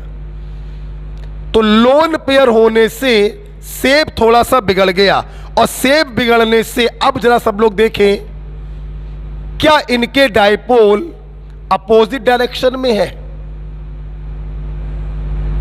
क्या तुम्हें ये दोनों अपोजिट दिखाई पड़ रहे हैं? नहीं। क्या ये दोनों एक दूसरे को कैंसिल करेंगे? नहीं। क्या इनका डाइपोल मूवमेंट जीरो होगा? नहीं।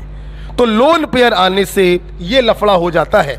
आपने फिजिक्स में पढ़ा होगा, वेक्टर को अगर पैरेलल शिफ्ट कर दें तो उस पर कोई फर्क नहीं पड़ता। आप देखिएगा, इसको ऐसे लिख दें,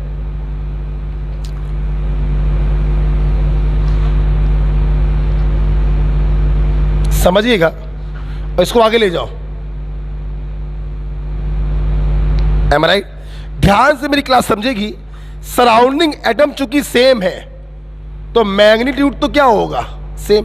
लेकिन लोन पेयर होने के कारण शेप रेगुलर नहीं है, ये दोनों एक दूसरे को कैंसिल नहीं कर सकते, इनका रिजल्टेंट जो होगा कुछ ऐसा आएगा। तो आप बताओ, क्या नेट डाइपोल मूवमेंट जीरो हुआ? नहीं हुआ। और जब नेट डाइपोल मूवमेंट जीरो नहीं है तो मॉलिक्यूल कैसा होगा? पोलर होगा। उम्मीद करते हैं अब तो समझ में आया होगा कि पोलर नॉन पोलर कैसे होता है। ओके, एक बात और सुन लो फिर लिख लेना। देखिए देखिए, एक बात सुनना है, लिखना नहीं है। एक शब्द होता है बेटा बॉन्ड मूवमेंट, और एक शब्द होता है डाइपोल मूवमेंट। सुनना बेटा,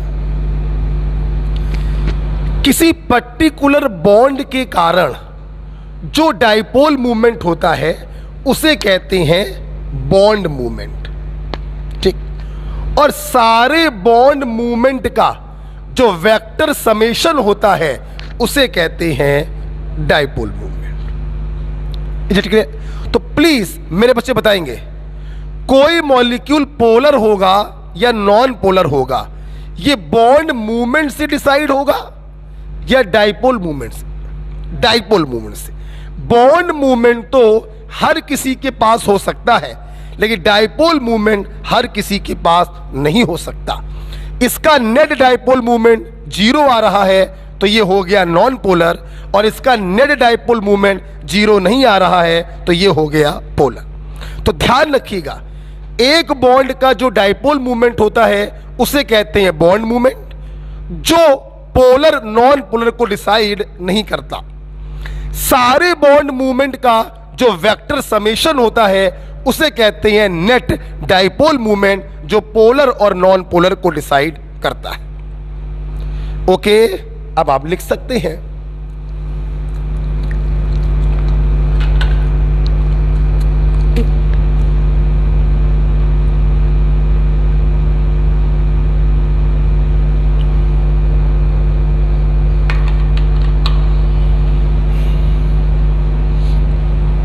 अब आप लिख सकते हैं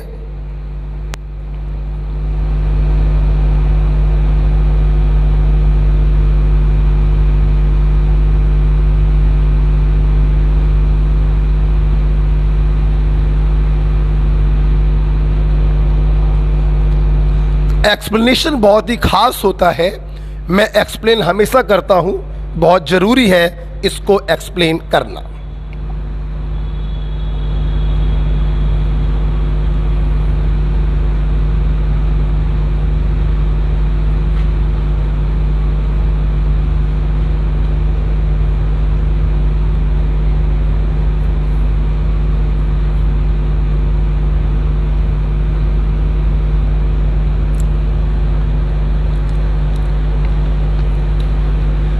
आगे बढ़े, आराम से लिखिएगा।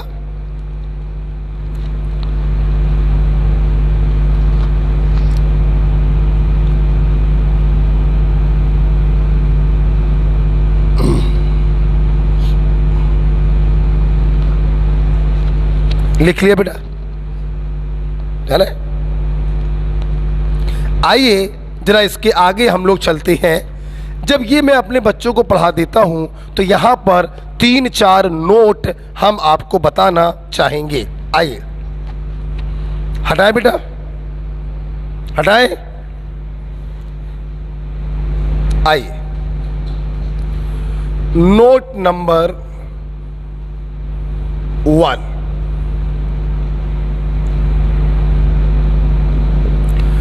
कुछ नोट हम आपको बताना चाहेंगे।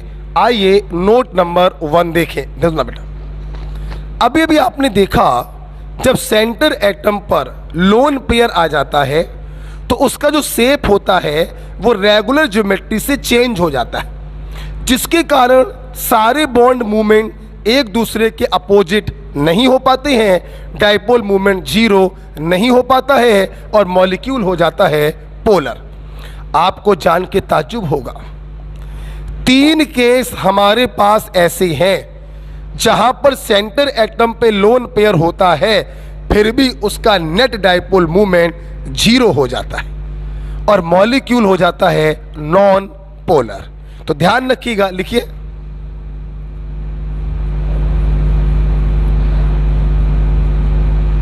Three cases where center atom have lone pair, still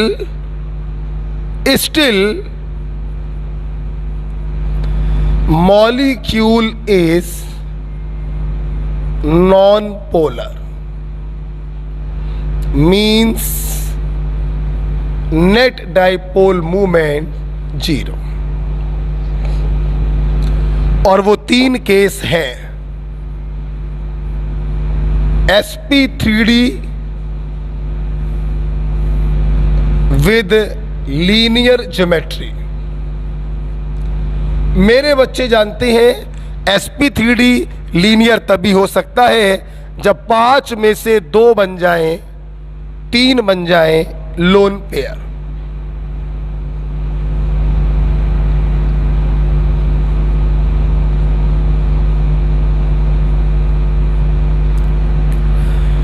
कुछ याद आ रहा है? sp3d का मतलब है टोटल इलेक्ट्रॉन पेयर होने चाहिए 5, एक s 3p 1d, sp3d। Regular geometry होगी trigonal by ब्रैमडन।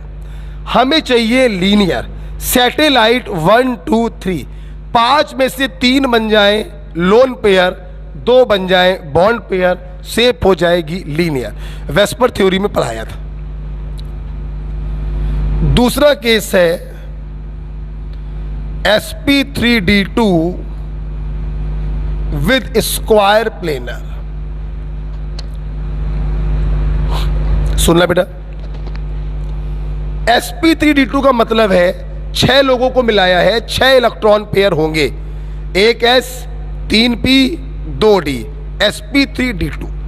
Regular geometry square bi pyramidal, जिसे आप ऑक्टाहेड्रल भी कहते हो।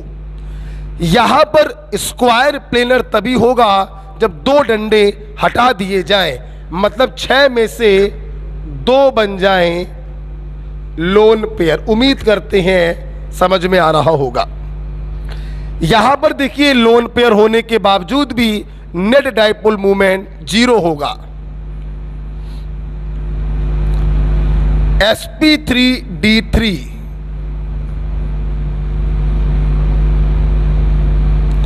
पेंटागोनल प्लेनर, उम्मीद है याद होना चाहिए। जब 7 में से 2 बदल जाते हैं लोन पेयर में तो इसका शेप हो जाता है पेंटागोनल प्लेनर। ये 3 केस बेटा ऐसे हैं जहां पर लोन पेयर है उसके बावजूद भी नेट डाइपोल मूवमेंट 0 है। आइए मैं अपने बच्चों को 1 2 दिखा देता हूं, आप सब समझ जाएंगे। ठीक है, 1 2 दिखा देता हूं। हटाए बेटा इसको, देखिए आओ 1 2 दिखा देता हूं। मान लो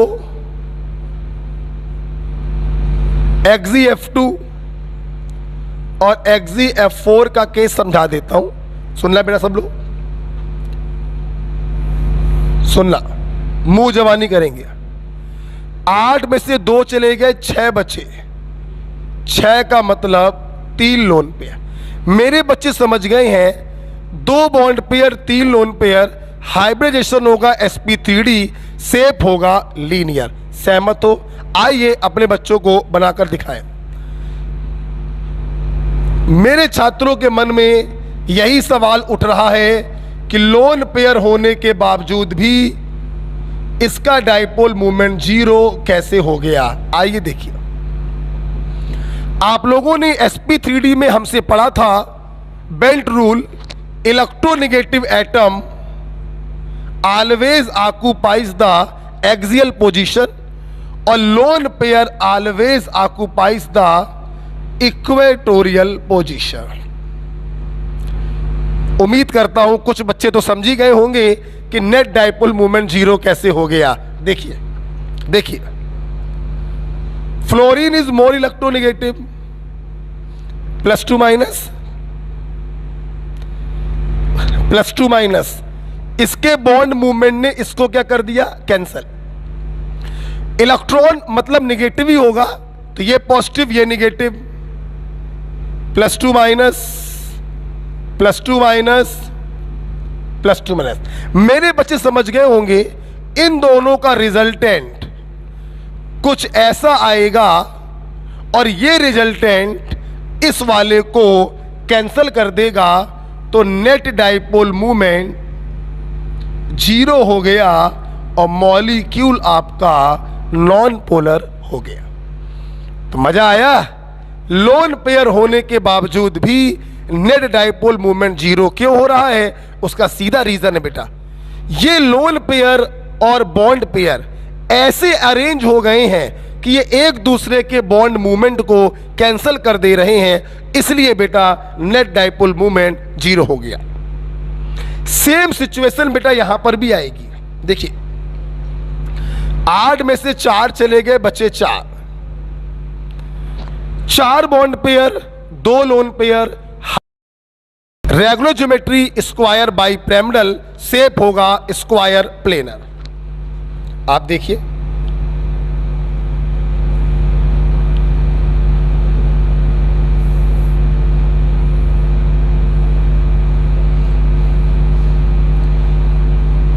एक्सी, आपको याद आ जाना चाहिए स्क्वायर प्लेनर का मतलब क्या है। इसके लोन पेयर एक्सियल पोजीशन पर होते हैं और चारों इक्वेटोरियल पोजीशन पर फ्लोरीन होगा। क्या बताने की जरूरत है? क्या बताने की जरूरत है कि लोन पेयर आने के बाद भी इसका डाइपोल मूवमेंट जीरो कैसे हो गया? उम्मीद करते हैं समझ गए होंगे। देखिए +2 माइनस एक दूसरे को कैंसिल कर दिया, +2 माइनस एक दूसरे को कैंसिल कर दिया। इलेक्ट्रॉन हमेशा नेगेटिव ही होंगे। +2 माइनस एक दूसरे को कैंसिल कर दिया, तो इसका भी नेट डाइपोल मूवमेंट जीरो हो गया और ये मॉलिक्यूल हो गया नॉन पोलर। तो इस प्रकार से मेरे बच्चों ने पहला नोट देखा, 3 मॉलिक्यूल ऐसे बताए जिनके सेंटर एटम पे लोन पेयर है फिर भी डाइपोल मूवमेंट जीरो है, ये नॉन पोलर हैं। sp3d with linear shape, sp3d2 with square planar और sp3d3 with pentagonal planar. Okay, note number 1 के बाद नोट नंबर 2।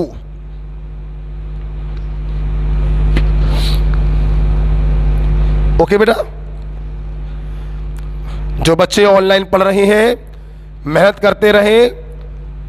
6 महीने हमें और आपको साथ में रहना है। आपने हमसे हमारा कहना मानने का वादा किया था और हमने आपसे 40+ क्वेश्चन सही कराने का वादा किया था। हम दोनों एक दूसरे के जब वादे निभाएंगे तभी एक अच्छा रिजल्ट बेटा आएगा, इसलिए मेहनत करते रहिए। इस लेक्चर के बाद 2 लेक्चर केमिकल बॉन्डिंग के और लेने हैं और याद रखिएगा आपकी संडे को क्लास भी होगी, क्योंकि कहीं ना कहीं थोड़ा डिस्टरबेंस हुआ, 2 क्लासें खराब हो गई। हम संडे को आपकी क्लास लेंगे। मेरा प्रॉमिस है और मेरा वचन है 15 मार्च को सिलेबस खत्म होगा और तुम जानते हो मेरा वचन ही मेरा शासन है। जय महिष्मती। ठीक है बाहुबली, जोर से बोलो जय महिष्मती। हम लोग अपने वचन को निभाएंगे, पक्की बात है।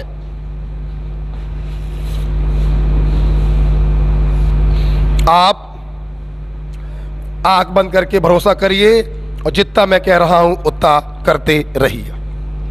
प्लीज मैं फिर से बोल रहा हूं, सभी बच्चे मेरे व्हाट्सएप नंबर पे अपना अपना नेम भेजें और अपने नंबर को सेव कराएं ताकि आप मेरे स्टेटस को देख सकें। ओके, नोट नंबर 1 खत्म हो गया। नोट नंबर 2, नोट नंबर 2 देखिए बेटा, लिखिए। If A molecule have polar bond, then it is not necessary that molecule is polar.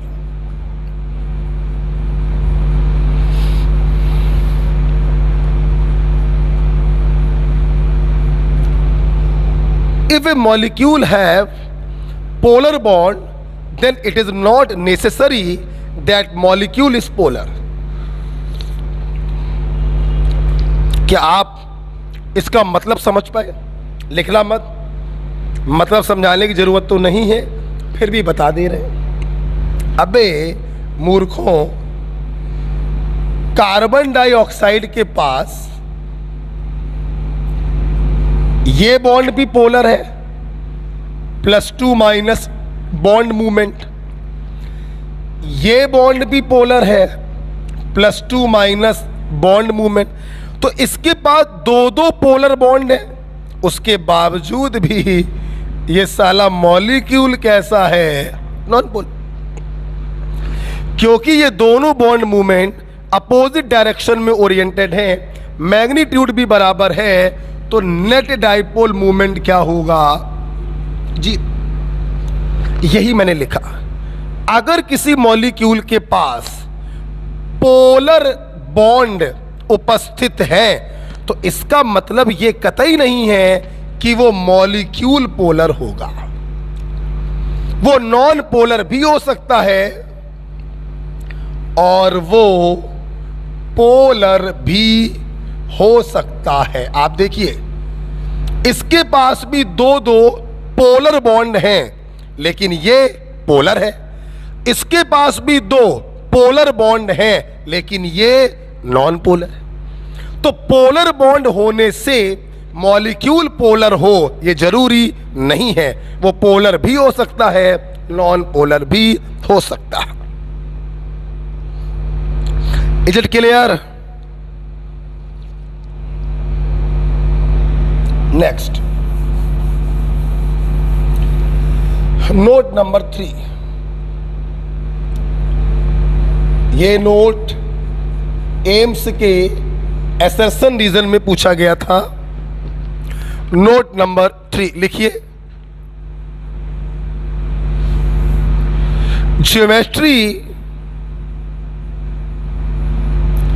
Geometry of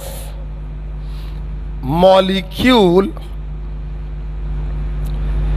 can be predicted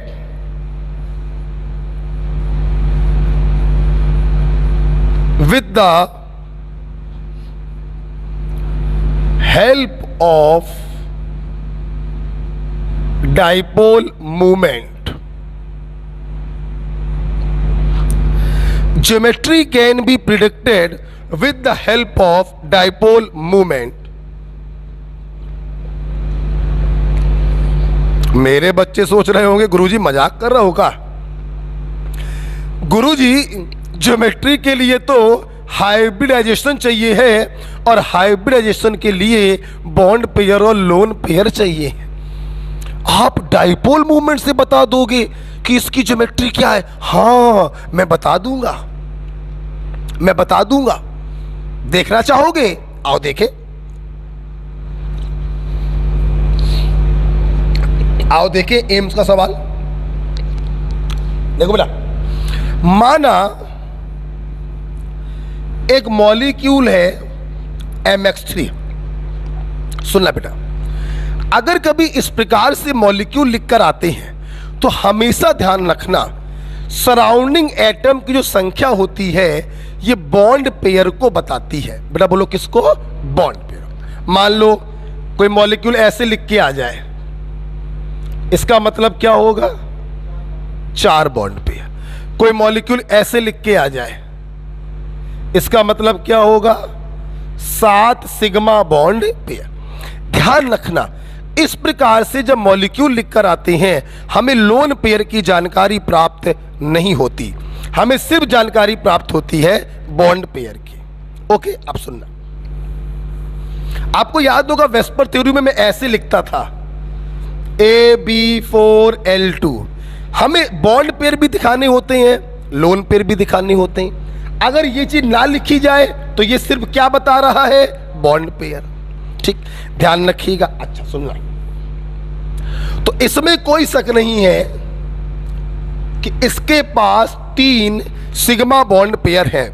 आप जानते हैं बॉन्ड पेयर तो सिग्मा भी हो सकते हैं और पाई भी हो सकते हैं, लेकिन हाइब्रिडाइजेशन में सिर्फ कौन से काउंट होते हैं? सिग्मा वाले। अब सुनना, बच्चे सोच रहे हैं गुरुजी कोई चमत्कार करने वाले हैं, सिर्फ मॉलिक्यूल दिया है और गुरुजी उसकी ज्योमेट्री बताने वाले हैं। हाँ, देखना कैसे, सुनना।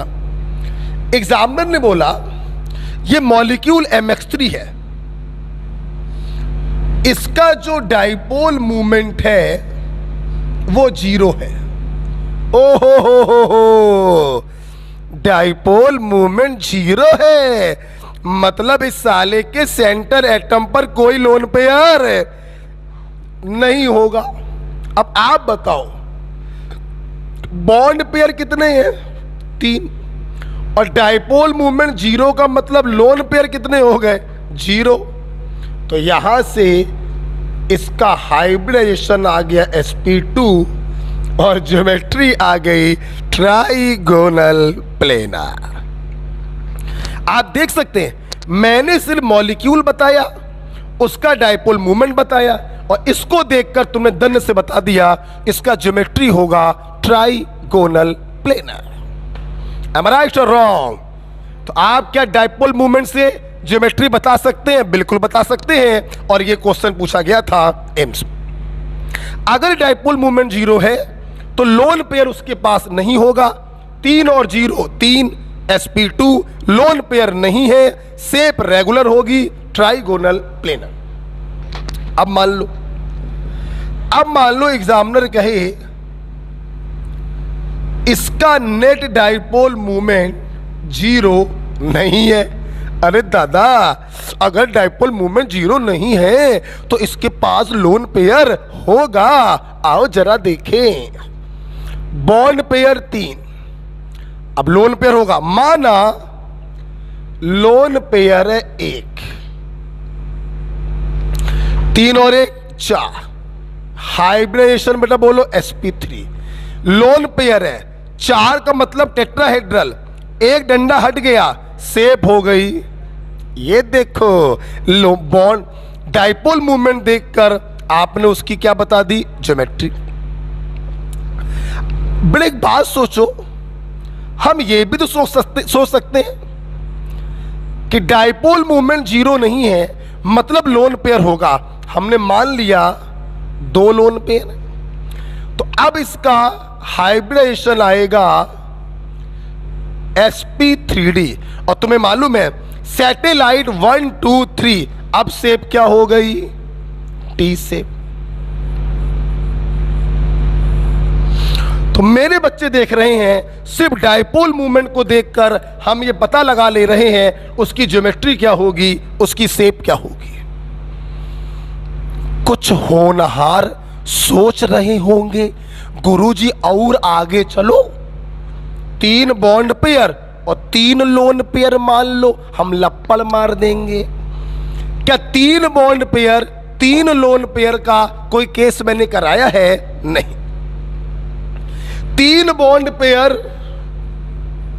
और 3 लोन पेयर का मतलब हो गया हाइब्रिडाइजेशन sp3d2। और ध्यान से देखिए sp3d2 में मैंने सिर्फ 2 ही केस कराए हैं।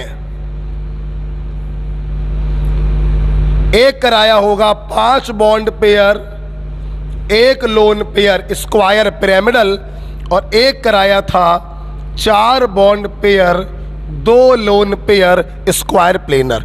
क्या मैंने ऐसा कोई केस कराया? नहीं।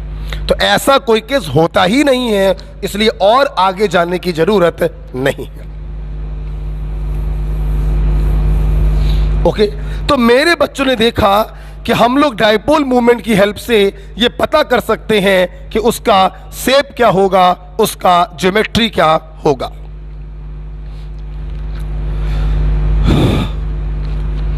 ओके, तीसरा पॉइंट एम्स में पूछा गया था, बहुत ही प्यारा पॉइंट है, ध्यान रखिएगा।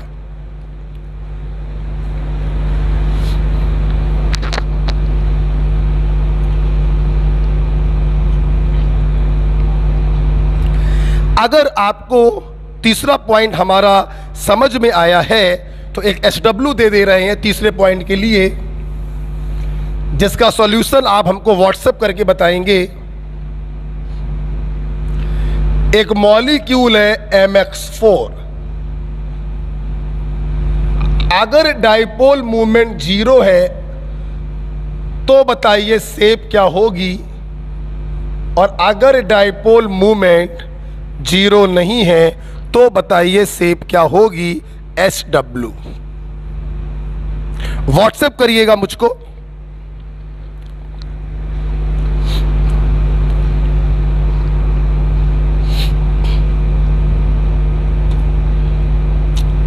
Okay, is it clear?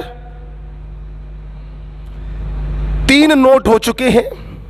पहला नोट था कुछ मॉलिक्यूल ऐसे हैं जिनके सेंटर एटम पे लोन पेयर होता है, फिर भी वो नॉन पोलर होते हैं। दूसरा था पोलर बॉन्ड होने का मतलब ये नहीं है कि मॉलिक्यूल पोलर होगा।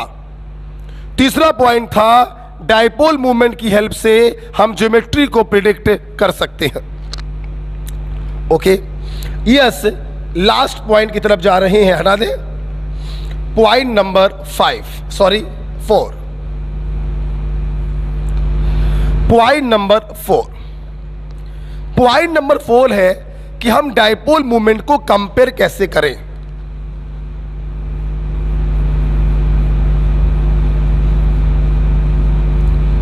कंपैरिजन ऑफ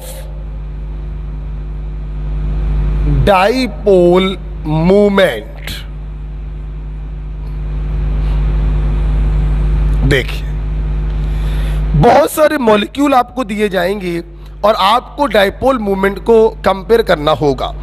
मेरे बच्चों को ये समझना चाहिए, प्लीज देखिए, आल्दो ये मैंने कोवेलेंट बॉन्ड में पढ़ा दिया था, दोबारा पढ़ाना है।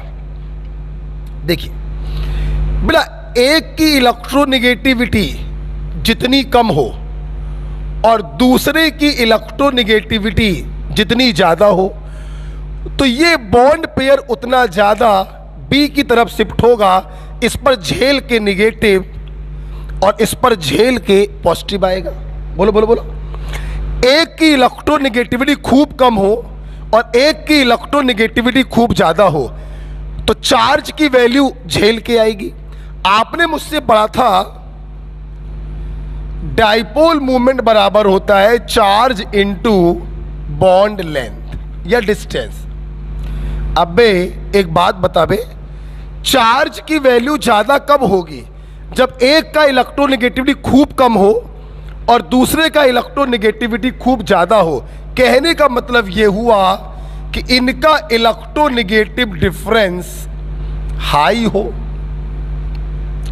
बोलो, जब इलेक्ट्रोनेगेटिव डिफरेंस हाई होगा तो चार्ज की वैल्यू ज्यादा होगी, तो डाइपोल मूवमेंट भी ज्यादा होगा। यस, हम लिख सकते हैं dipole movement is directly proportional to electronegative difference.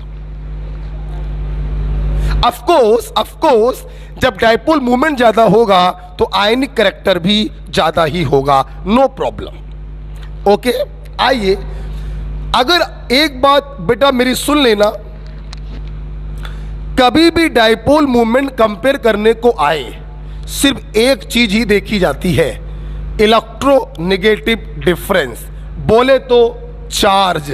कभी भी डिस्टेंस से डाइपोल मूवमेंट को कंपेयर नहीं करते। ओके, आइए कुछ एग्जांपल से इसको समझा जाए। जैसे HF, HCl, HBr, HI। देखिए, हम आपको समझाने के लिए खोल के दिखा रहे हैं, आपको उसकी जरूरत नहीं है, सिर्फ समझाने के लिए। आपने पीरियोडिक टेबल में हमसे पढ़ा था हाइड्रोजन की इलेक्ट्रोनेगेटिविटी 2.1। बोलो बेटा, फ्लोरीन से आयोडीन की तरफ जाओगे, इलेक्ट्रोनेगेटिविटी कम होती जाएगी। फ्लोरीन की होती है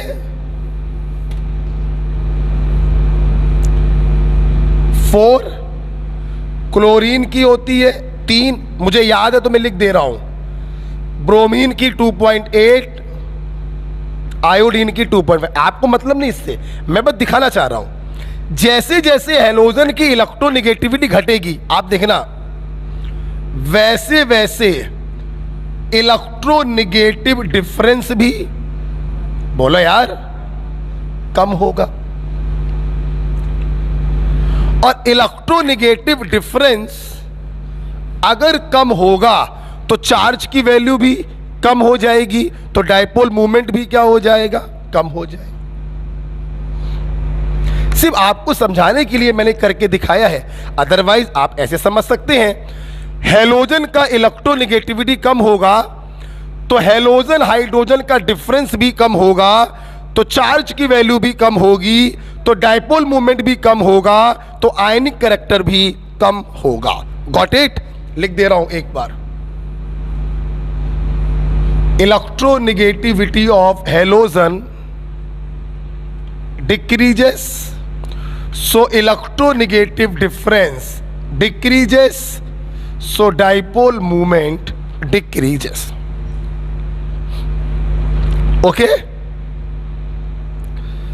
हटा दे ऊपर वाला, ये लास्ट केस चल रहा है बेटा, इसके बाद कुछ नहीं है, खत्म हो जाएगा डायपोल मूवमेंट। एक एग्जांपल आप नीचे और लिखेंगे, RF alkyl fluoride, alkyl chloride, alkyl bromide, alkyl iodide.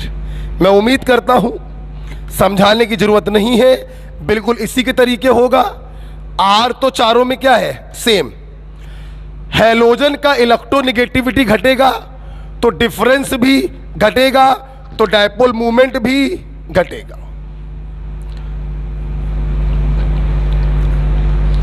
है कोई योद्धा जो बता दे यहां कुछ गलती हो चुकी है?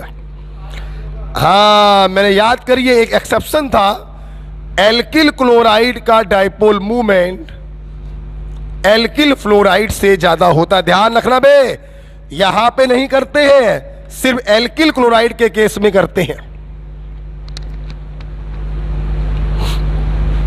ओके बेटा, तो कभी भी डायपोल मूवमेंट को कंपेयर करने पे सवाल आ जाए, आप हमेशा इलेक्ट्रोनेगेटिव डिफरेंस से कंपेयर करेंगे। दो एग्जांपल हुए हैं, अभी बहुत सारे कराएंगे, लिखते जाओ नीचे फटाफट। अगला एग्जांपल देखेंगे, HF H2O NH3 और CH4। आइए बेटा, हमने कहा इनके डायपोल मूवमेंट कंपेयर करिए। उम्मीद करते हैं मेरे मोस्ट ऑफ द बच्चे तो ये समझ गए होंगे कि लास्ट वाले का तो डायपोल मूवमेंट क्या होगा, 0। ना तो लोन पेयर है और सारे सराउंडिंग एटम सेम है, ये नॉन पोलर होगा, डायपोल मूवमेंट 0 होगा। इसको तो हटा दो। क्लियर? इन सबका डायपोल मूवमेंट कुछ ना कुछ जरूर होगा, क्योंकि ये सबके सब पोलर मॉलिक्यूल है। बोलो यार, अब सवाल ये है इनके डायपोल को कैसे कंपेयर करें। उम्मीद करते हैं बताने की जरूरत नहीं है। फ्लोरीन का इलेक्ट्रोनेगेटिविटी सबसे ज्यादा 4, ऑक्सीजन का उससे कम 3.5, नाइट्रोजन का उससे कम 3।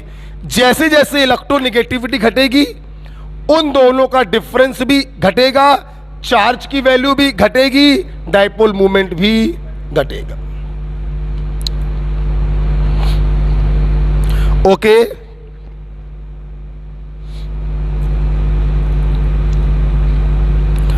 जैसे जैसे इलेक्ट्रोनेगेटिविटी घटेगा वैसे वैसे इलेक्ट्रोनेगेटिव डिफरेंस भी घटेगा, वैसे वैसे चार्ज की वैल्यू भी घटेगी और डायपोल मूवमेंट भी घटेगा। Got it? Is it clear? Okay, so एक अगला एग्जांपल और देखने जा रहे हैं इसी के ऊपर। ये हटा दूं, हटा दूं, हटा दूं, किसी के नीचे लिखिए क्या, 2-3 एग्जांपल और कराने हैं बस। सब लोग देखेंगे बेटा, CH3Cl, CH2Cl2, CHCl3 और CCl4। सवाल आ गया डायपोल मूवमेंट का ऑर्डर बताइए। इसमें कोई शक नहीं है कि लास्ट वाला तो नॉन पोलर होगा, no lone pair, surrounding atom सारे सेम है, ये नॉन पोलर है, डायपोल मूवमेंट 0 होगा सबसे पीछे। जबकि मेरे बच्चे देख लें, ये सब के सब कैसे हैं? पोलर। क्यों? क्योंकि सराउंडिंग एटम सेम नहीं है।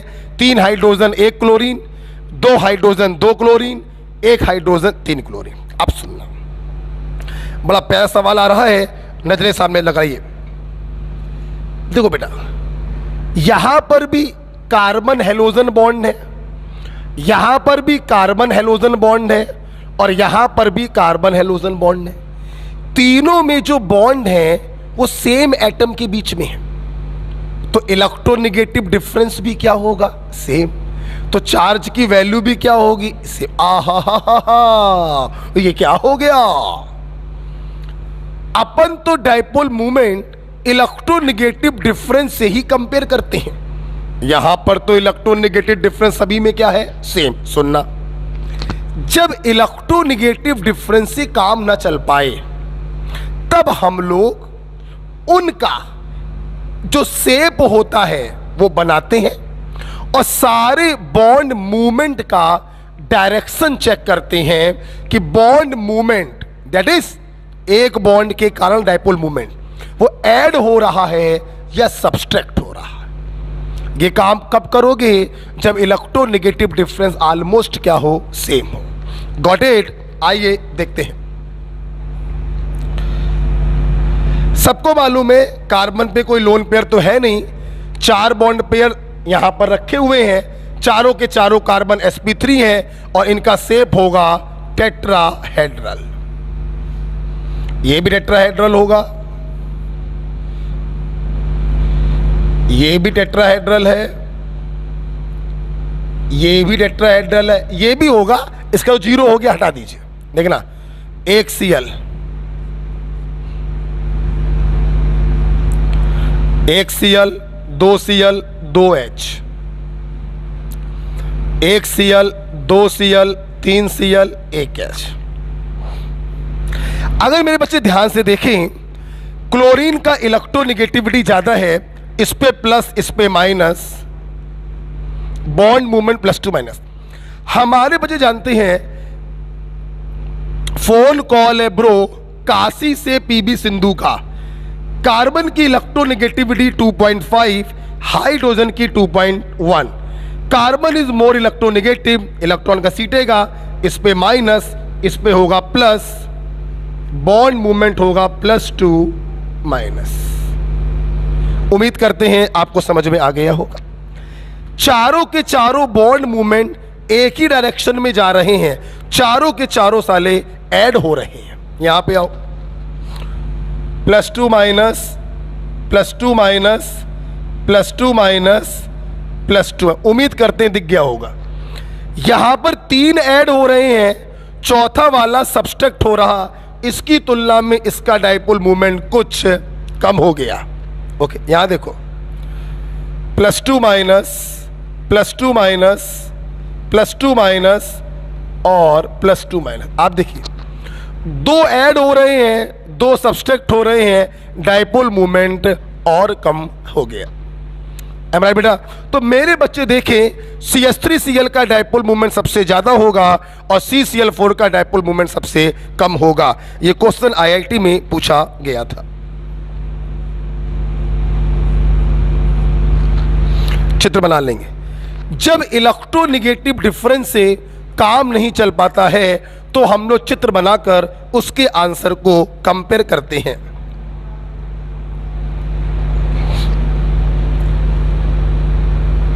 ओके, बुलाओ जना अंकित को।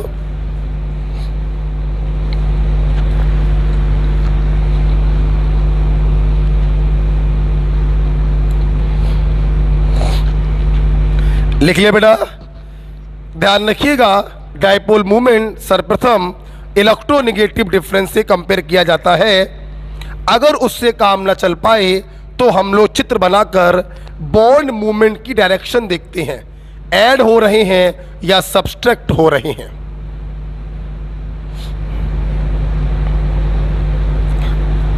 मैं अपने बच्चों को बता दूं, मैं ऑनलाइन की क्लास अलग ले रहा हूं बेटा, अलग। ऑफलाइन की मैं अलग मैं ऑफलाइन में रिकॉर्डिंग नहीं करवा रहा हूं बेटा, मैं आपकी क्लास अलग ले रहा हूं, आप लोगों को अलग पढ़ा रहा हूं, साल भर अलग पढ़ाऊंगा। आप सोच रहे होगे सर लाइव क्यों नहीं हो पा रही है, वो भी बता दूं। ऑफलाइन होने के कारण बोर्ड को ऊपर लाना पड़ गया, तो नेट जो है वो डिस्टर्ब हो गया। बहुत जल्द हफ्ते डेढ़ हफ्ते के अंदर सब नेट की व्यवस्था भी हो जाएगी।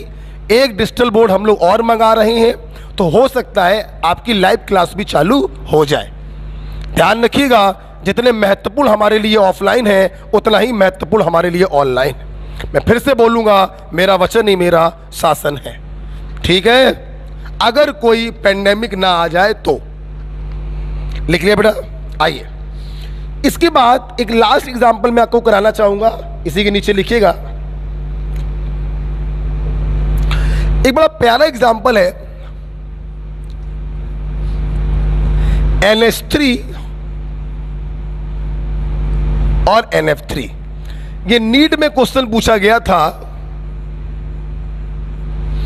इनके डायपोल मूवमेंट कंपेयर कराने को पूछे गया।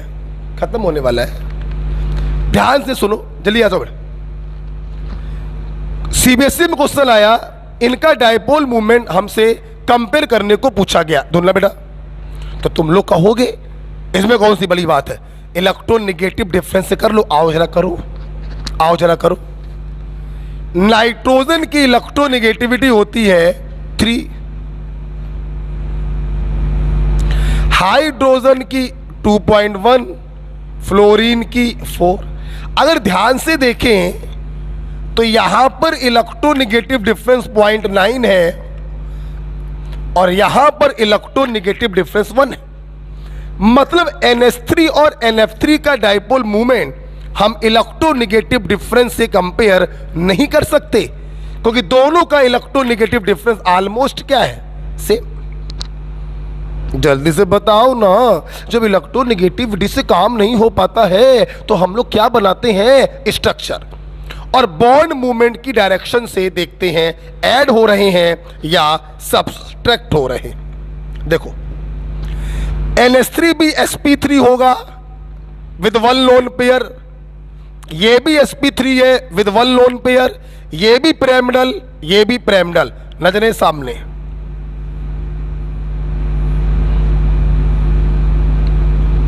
आप देख सकते हैं, बहुत बढ़िया एग्जाम्पल है, सीबीएसई में आ चुका है। क्या आप ये समझ गए कि इलेक्ट्रोनेगेटिव डिफरेंस से क्यों नहीं कर पा रहे हैं, कि दोनों का डिफरेंस ऑलमोस्ट क्या है, सेम। अब देखना, nitrogen is more electronegative than hydrogen, ये प्लस होगा ये minus, +2 minus, +2 minus, +2 minus. Electron तो निगेटिव ही होते हैं, तो इलेक्ट्रॉन के रेस्पेक्ट में दूसरा वाला प्लस ही बन जाएगा, +2 माइनस। आप देखिए, चारों के चारों बॉन्ड मूवमेंट जो है वो ऐड हो रहे हैं, एम राइट। जरा NF3 में आओ, जरा देखना, ये तो बेटा ऐसा ही रहेगा, लेकिन इन दोनों में फ्लोरीन इज मोर इलेक्ट्रोनेगेटिव, इस पे माइनस इस पे प्लस, तो यहां पे उल्टी गंगा हो गई, +2 माइनस, +2 माइनस और +2 माइनस। अगर ध्यान से देखें, अमोनिया में चारों बॉन्ड मूवमेंट ऐड हो रहे हैं, जबकि NF3 में 3 ऐड होंगे, 1 सब्सट्रैक्ट होगा। कोई बच्चा भी बता देगा NH3 का डायपोल मूवमेंट NF3 से ज्यादा होगा। कोई प्रॉब्लम बेटा किसी बच्चे को? बहुत ही बढ़िया केस था NH3 और NF3 वाला। मैंने बेटा लास्ट ईयर बहुत सारे केस और भी कराए थे, कोई मतलब नहीं है उन केसों का। तो इस प्रकार से हम कह सकते हैं डायपोल मूवमेंट भी क्या हो गया, खत्म हो गया। बेटा इस लेक्चर नंबर 7 में आपने बॉन्ड एंगल और डायपोल मूवमेंट पढ़ा है। इसकी सीट इसी के स्टडी मटेरियल में पड़ी होगी, उसको आप सॉल्व कर लीजिएगा और उसके डाउट मुझे सेंड कर देंगे। ये वीडियो आप देख रहे होंगे, आज दिन कौन सा है?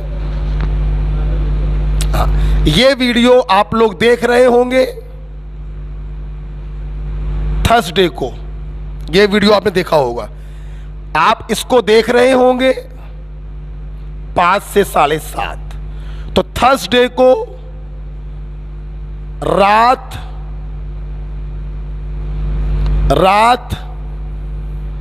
2 बजे तक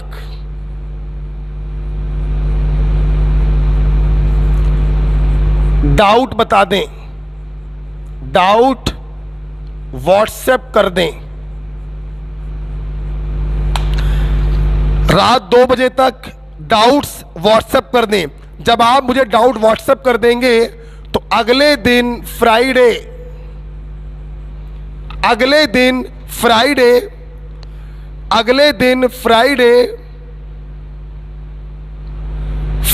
को मैं इसका डाउट 12 सीरियल बना दूंगा, मतलब 2:30 बजे